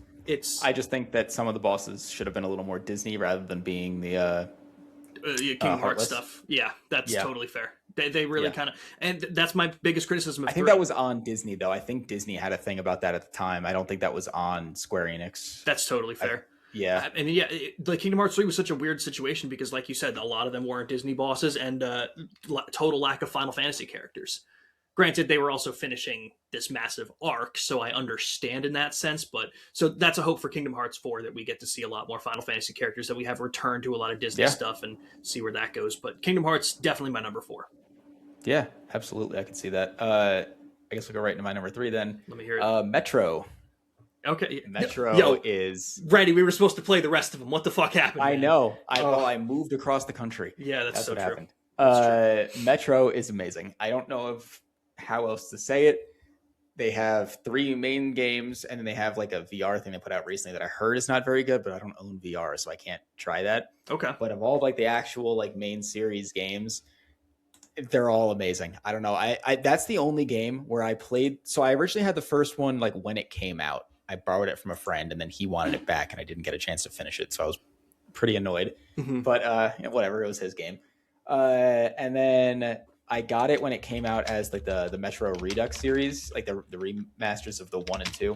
And I played through 2033, which is the original, and then I played through Last Light. And after finishing Last Light, I immediately replayed 2033 and then Last Light after beating that. And I've never done that with any other 2 games back to back. Yeah. And then Exodus I've also replayed twice. That being open world makes it a little hard to replay because you're exploring and doing that stuff, and it gets a little much. But on a first playthrough, it's an experience that I want anybody to like who likes that kind of game to go through. Yeah, that's absolutely. Insane. Yeah. It was a really fun time going through Metro 2033 with you. And I remember we were streaming it and we finished it up and we jumped right into Last Light. And I remember you were like, put the Beer back screen up. And you were like, there's a sex scene at the beginning. Can we show that on Twitch? And I'm like, yeah, not sure. I guess I'll have to look into that. And then we just never got back to it. Yeah, exactly. I got to get to Last Light and Exodus for sure. 100%. To be number 3, though, damn. Hell yeah. Yeah. It's just because it's only over Halo and... already forgot what I put at 5. Dishonored. It's only because there's more games. Dishonored I put down there because of the choices that you can't like really adjust the story unless you play the game a certain way. And there's only 2 actual games. Right. So it felt kind of weird to call it a franchise with 2 games. Right. It's Halo hard. Has too many not as good entries in the Right. series for me to put it higher. Yep. Whereas Metro has 3 main series games and then one like VR thing that I don't even know if you count that wasn't that good. But the Mhm. 3 main games could all be 9 out of 10s, 10 out of 10s, and I would understand that. Like Totally. yeah. So I'll get into my number 3. And again, this one's a tough one, but I think you'll understand why I'm considering it a franchise more so. It is Nier. I almost put it. Yeah. I almost did. God damn.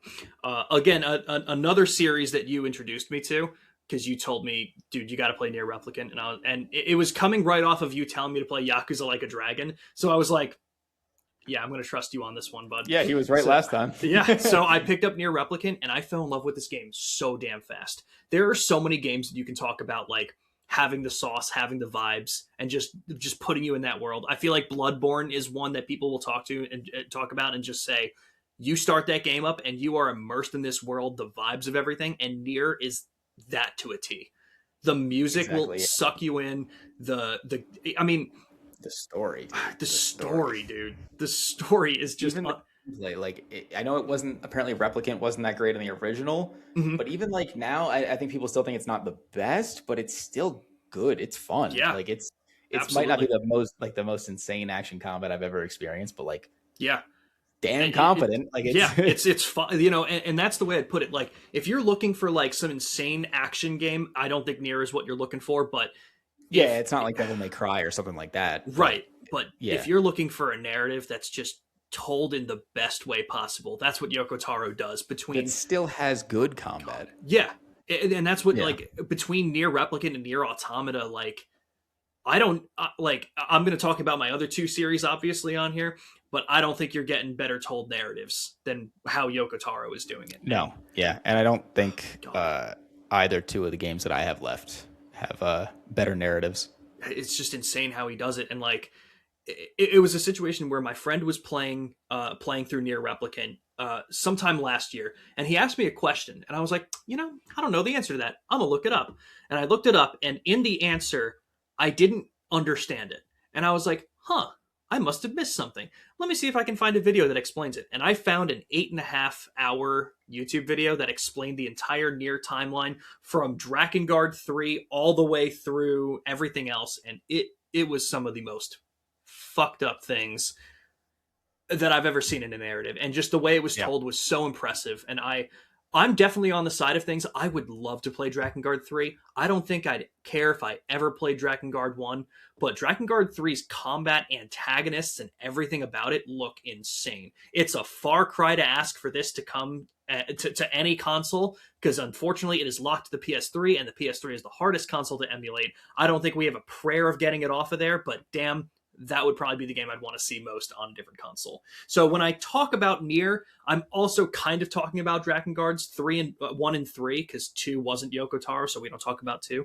But I would love to play those games because Nier Replicant and Nier Automata just have me in such a goddamn chokehold. I cannot wait to see what Yoko Taro does next. Sony, stop canceling his projects.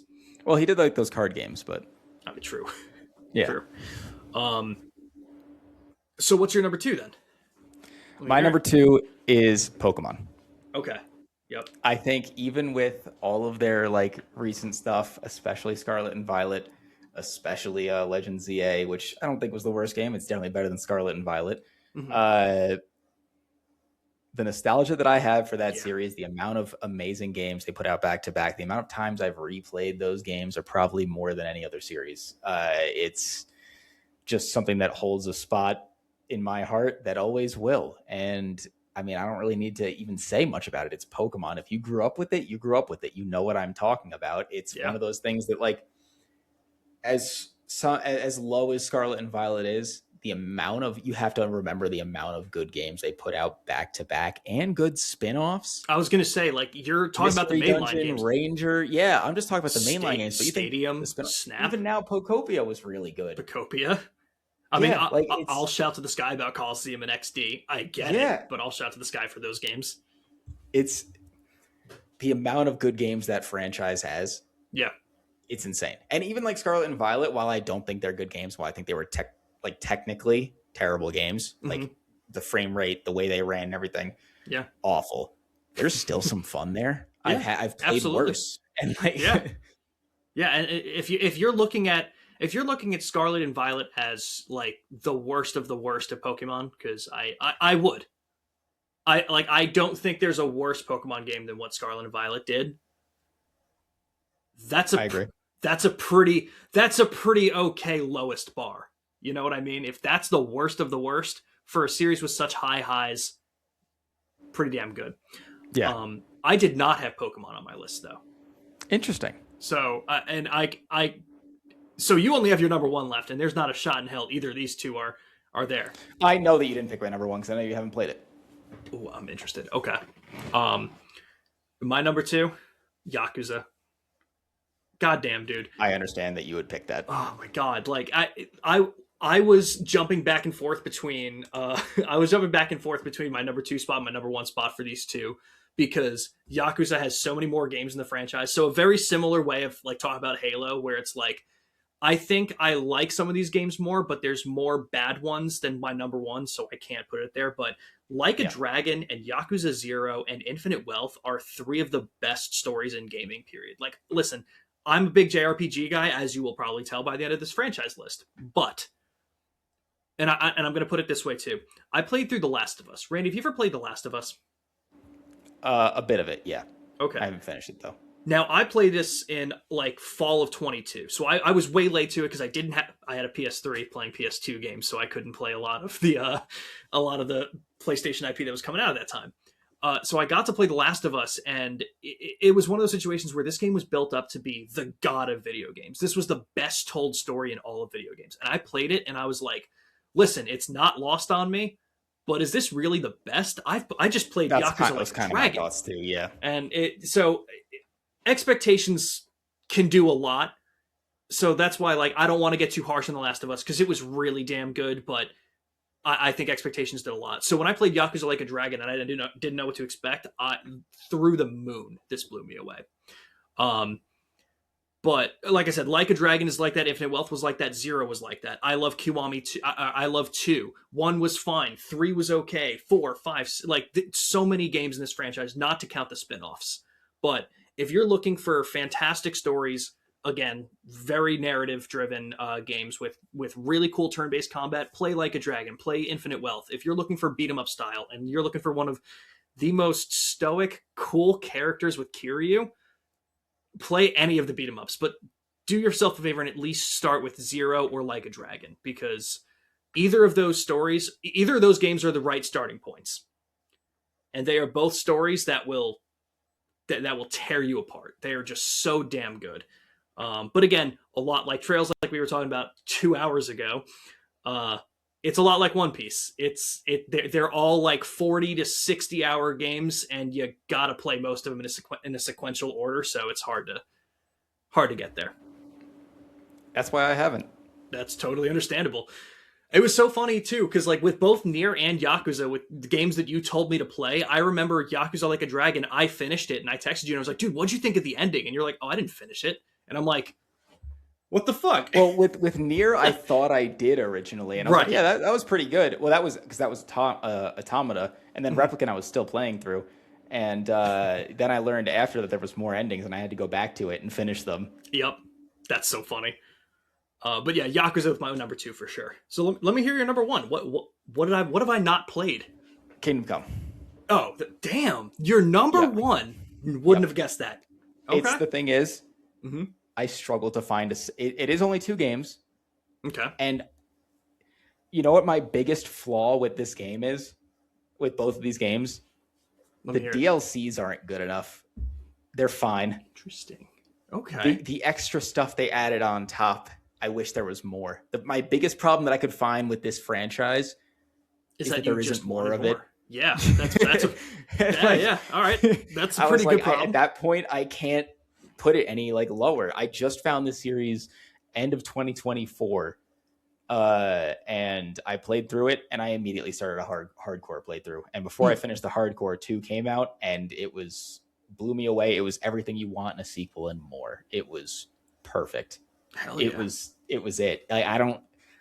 I struggle to think of how 3 could even be better. And I thought that about the first one when I played it. So I'm at a point now where it's like, and I know a lot of people had problems with the first one when it came out. It was buggy and stuff. But as it stands right now, as of when I played it, if you go to that game, you'll get the same experience. Actually, you'll get a better experience. It just got an upgraded. It just got like a patch for the newer consoles to run at a higher like resolution. So it's as I've been talking about Game Pass the whole night, both the updated version of 1 and 2 are on Game Pass. So 100%. It's so good. It's so good. I struggle to think of anything that could fit my niche better. Yeah, and I will let you know when I play through it because I'm definitely going to be jumping into it.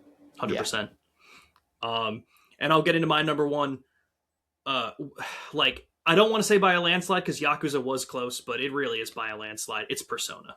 Like I said, we talked about it with Trails in the sense of it's hard to get over some anime cringe, and if it's not for you, it's not for you, and I totally understand that. But with the worldwide appeal that Persona 5 Royal hit, like it was insane. Like this was such a massive hit in the JRPG space and everything.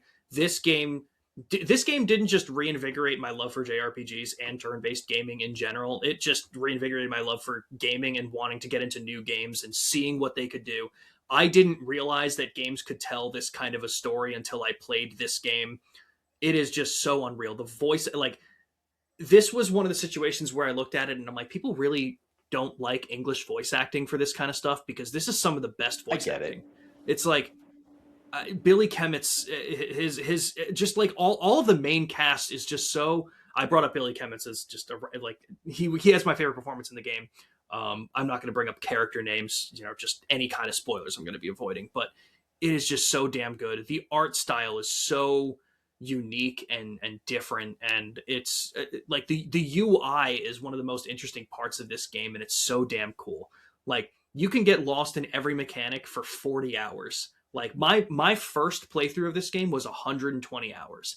And as soon as I finished it, I jumped into New Game Plus. I didn't even take a break. It was insane how good this game was. Decisions that you make in the game carry through and will unlock extra content for you because I finished Persona 5 and was like, I thought there was a whole other section that I see in the achievements. Turns out I just missed some stuff and just got locked out of it, had to do it again. And I was happy to do it.